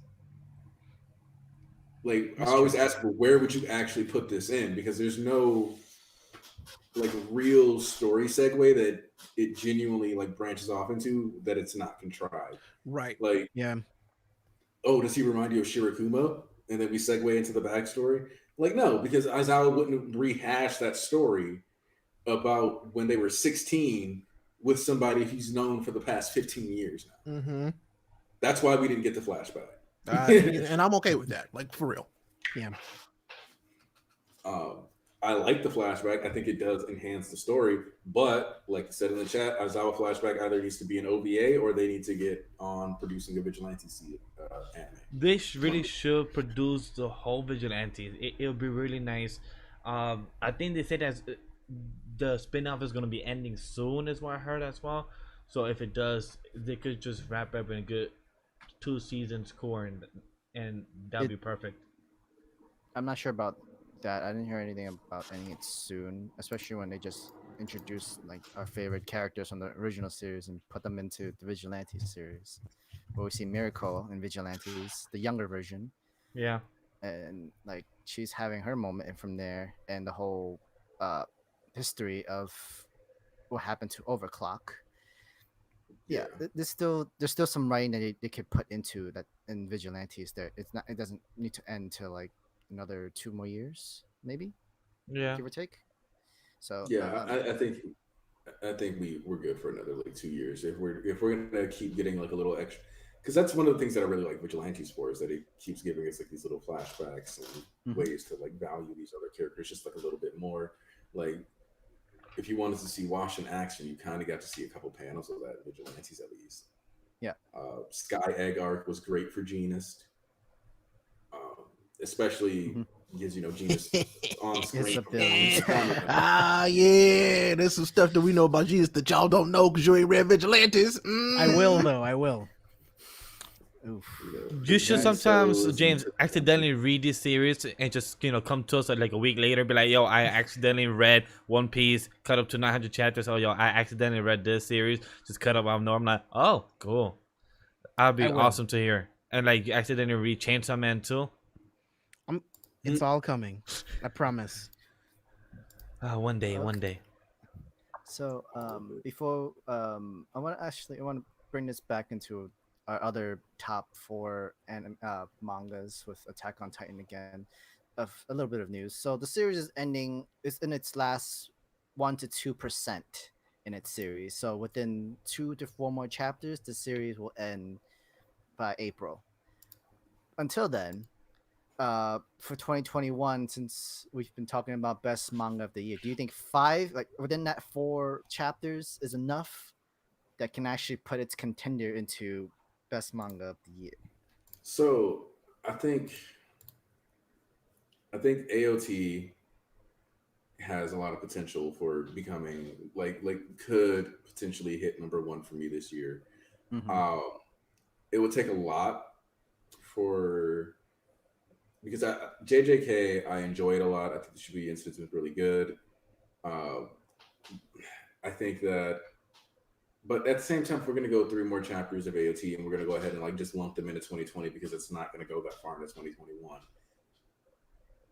It depends on the ending. Because I don't think Isayama is the kind of person who would go for a cornball ending.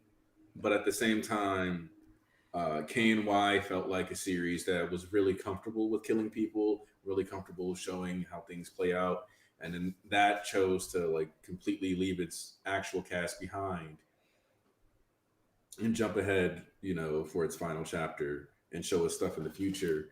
TPN, I don't even know where to start with the last like 20, 30 chapters of TPN. But so as much as I always want to be like, yeah, nah, bro, Attack on Titan is going to stick it. It's going to kill it. It's going to come out here, rock bottom, people's elbow. It's way, like it could very easily just fumble the bag entirely because because there's actually set up for a really corny thing to happen because of something that happened in one of the most recent chapters, and I don't want it to happen. It's just something that if Isayama wanted to go cornball, he could 100% tank his series in these next couple chapters. I think he's just shown based us on at this point that he would never do something so cheesy. Like that's whatever the ending is going to be something that we don't expect, just like the rest of this entire series. Like, I've never been able to predict anything that Isayama was doing, because any route you think he's going to take, he just does something else way cooler. I mean, I agree with you. Like, it's hard to become top contender for the year. I mean, Demon Slayer ended this year, and I says it didn't really make the bracket. Like, not many people like that last arc, and it didn't. Because a lot of people were disappointed, like you said, about Demon Slayer, and plus about the Promised Neverland last arcs, which is not. I agree. Last it's arcs wasn't executed poorly. That's all, really. It'll be like less than half a year of KNY, and is that enough to put itself in its brackets? At least, maybe. Like, okay, so here's the thing with KNY, it would have had to, like, for me personally, it would have had to have had way better villains for its back. Okay. That's just what it comes down to for KNY for me. Like, I didn't enjoy Upper Moon 2, I didn't enjoy Upper Moon 1, and I didn't enjoy Muzan. So I basically just ended up with like 30 to 40 chapters of villains I didn't care about, with fights that had like decent choreography at least. But then, like, once you got to the final fight, I didn't even get to have that. So I think that KNY would have had to like change some of its approach to how it executed its final arc. And it would have had to have done a bit more of characterization and set up a bit earlier in the series, not even just regarding its final arc, because there's stuff with like Inosuke, for example, that just wasn't properly set up, where you get this big, like, what's supposed to be an emotional moment, but because of the context and like the way the character's been established throughout the whole series, I was like, okay, this actually feels contrived and hollow, and it kind of feels like you're like throwing out like an emotional hit, but you're mostly just hoping that, I'm like, oh, this circumstance is one in which should evoke emotion, and thus I feel emotional about it. That's kind of like how a lot of stuff towards the end of KNY felt like to me. Yeah, nobody can make an arc like Toyotaro, but that's not necessarily a good thing. I don't know what's that. Toriyama. Yep. And I know, like, Ray was like, "Oh no, I do love this." Wait a second, it's Seb. Yep. Yep. He got me. It's like, yeah, I do love them. Why do I love more? Because it's literally Cell. That's why. That's it. Still mad about it. Wow. I see a comment saying Cell and Frieza are discounted versions of Moro. Wow. Who said that? It was Aniki's friend Coyote. Hey, Coyote, listen. I don't know you, but I feel like we could be good friends. But you just ruined it. Congratulations. Look, would a senso bean help? Too soon. The real thing to worry about with Coyote is him liking your characters. So here's the thing. Coyote loves Undead Unluck. We got him to read it, right? Because I was like, all right, look, guys, I'm doing an Undead Unluck Mashal stream. So if you're, you like the church, you're watching the MHA streams, remember to tune in that one too, because like a lot of us are still going to be in there for that. So Coyote starts reading Undead Unluck. Boom, boom, boom. He decides that he's attached to Void. Whoops. He gets attached to Gina. Whoops. Like, he keeps getting attached to all these characters, and every character that he decides, like, you can go find his read through. It's hilarious. You just like see him being like, "Oh man, I love this character. Oh my god, he's dead." So that means, to the extent, did he like twice? It gets yes. He liked twice. So Coyote likes your characters. Your characters are screwed. Oh, okay. Like, You can't like me at all. That's fine. Like when he started reading Mashal, he was like, "Well, at least nobody that I like is dead, but they're all getting stomped out. What is this?" Oh It's his no! designation to him a death flag. So Good to know. Yep. Uh, All right, Sam, you ready to take us home then, my man? Aniki, Yes. thank you so much. Yeah. I'm so glad I got to jump up here and talk with you, man. I'm glad you guys coming too, so we can real quick tell the truth about Hunter x Hunter once again. Thank you. Thank you for being one of the truthers for Hunter x Hunter. I appreciate you always. well, Roger will be here next week to kind of counter your argument on that, I think. Man, I'm gonna have to put Roger in a headlock. Chat, stay tuned. Ray puts Roger in a headlock. Maybe not. We'll never know. But you have to tune in next week to the Animalately podcast. And if you want Ray to do that, you have to send a $20 super chat for Ray to go across the country and to put Roger in a whole super lock. Oh my god. But anyway, guys, Aniki, thank you for coming to join the show. We loved having you. This is a whole gospel podcast for your I church. can't wait for us to launch our show. It'll be great. It'll be fantastic. I love getting to like talk, sit down, chop series with you guys. I always enjoy it, so it's always a pleasure to be invited on. It's great. Can you give us, the listeners and our watchers, your plugs? Yeah, what's the where plugs you at? Where you of at? the What you working 1K on? subs that you got now? Yeah, congrats, man. Yeah. Thank you. Yeah. We broke 1K subs finally. Also, fun fact to anybody who sets up a YouTube account, hits 1K, and wants to monetize your channel, make sure you don't have ad block on. Uh-oh. It will not let you do the monetization process if you have ad block on your Yo. desktop. I was like looping through for like an hour, like what? Then I was like, oh wait, let me Google. Really? Because I have Look at- ad block on my computer, and me and Sam did it with no problem. Dude, this was before the whole Man. YouTube did its own restructuring and all that Oh yeah, stuff that's like true. that. That's This is true. like the new update Yeah, and stuff. because That's true. yeah, I was like doing it, and I was like, all right, so like just make sure if you got anybody who's like doing YouTube, you want to grow your channel, make sure you don't have ad block on, but the day you hit that big 1K, because you're gonna feel kind of goofy about it, just because you're like, why is it failing? But that being said, it's Aniki Smash FSP. I try to be consistent. You can find me as that on IG, on YouTube, if you like what I had to say and want to see more in the Church of MHA. Same thing with Twitter handle, like Aniki Smash FSP. Keep it consistent. Let you guys find me real easily. I discussed My Hero primarily. Once they said we got a break coming up, the next stream will probably be another series from Jump that isn't getting enough love.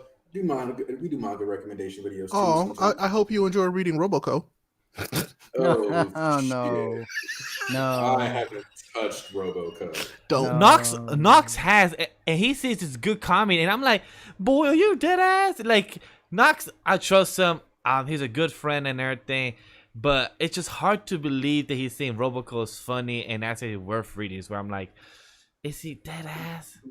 Mashal is what I read for my funnies. There you I go. do. Same Smash here. Shonen. I tried Mori King. Also, Magu-chan was kind of funny in the beginning, but like Yeah, a lot of the it comedies became don't too do much enough to slice like of get me to like they don't do enough to get me to stick with them. Like Spy Family was one That that makes me managed to get sad. me to keep like up with the comedy. Actually, I need to go back and read Shark and Dolphin though, because I do actually Shark- like that one. Is really good. I do agree to read that series.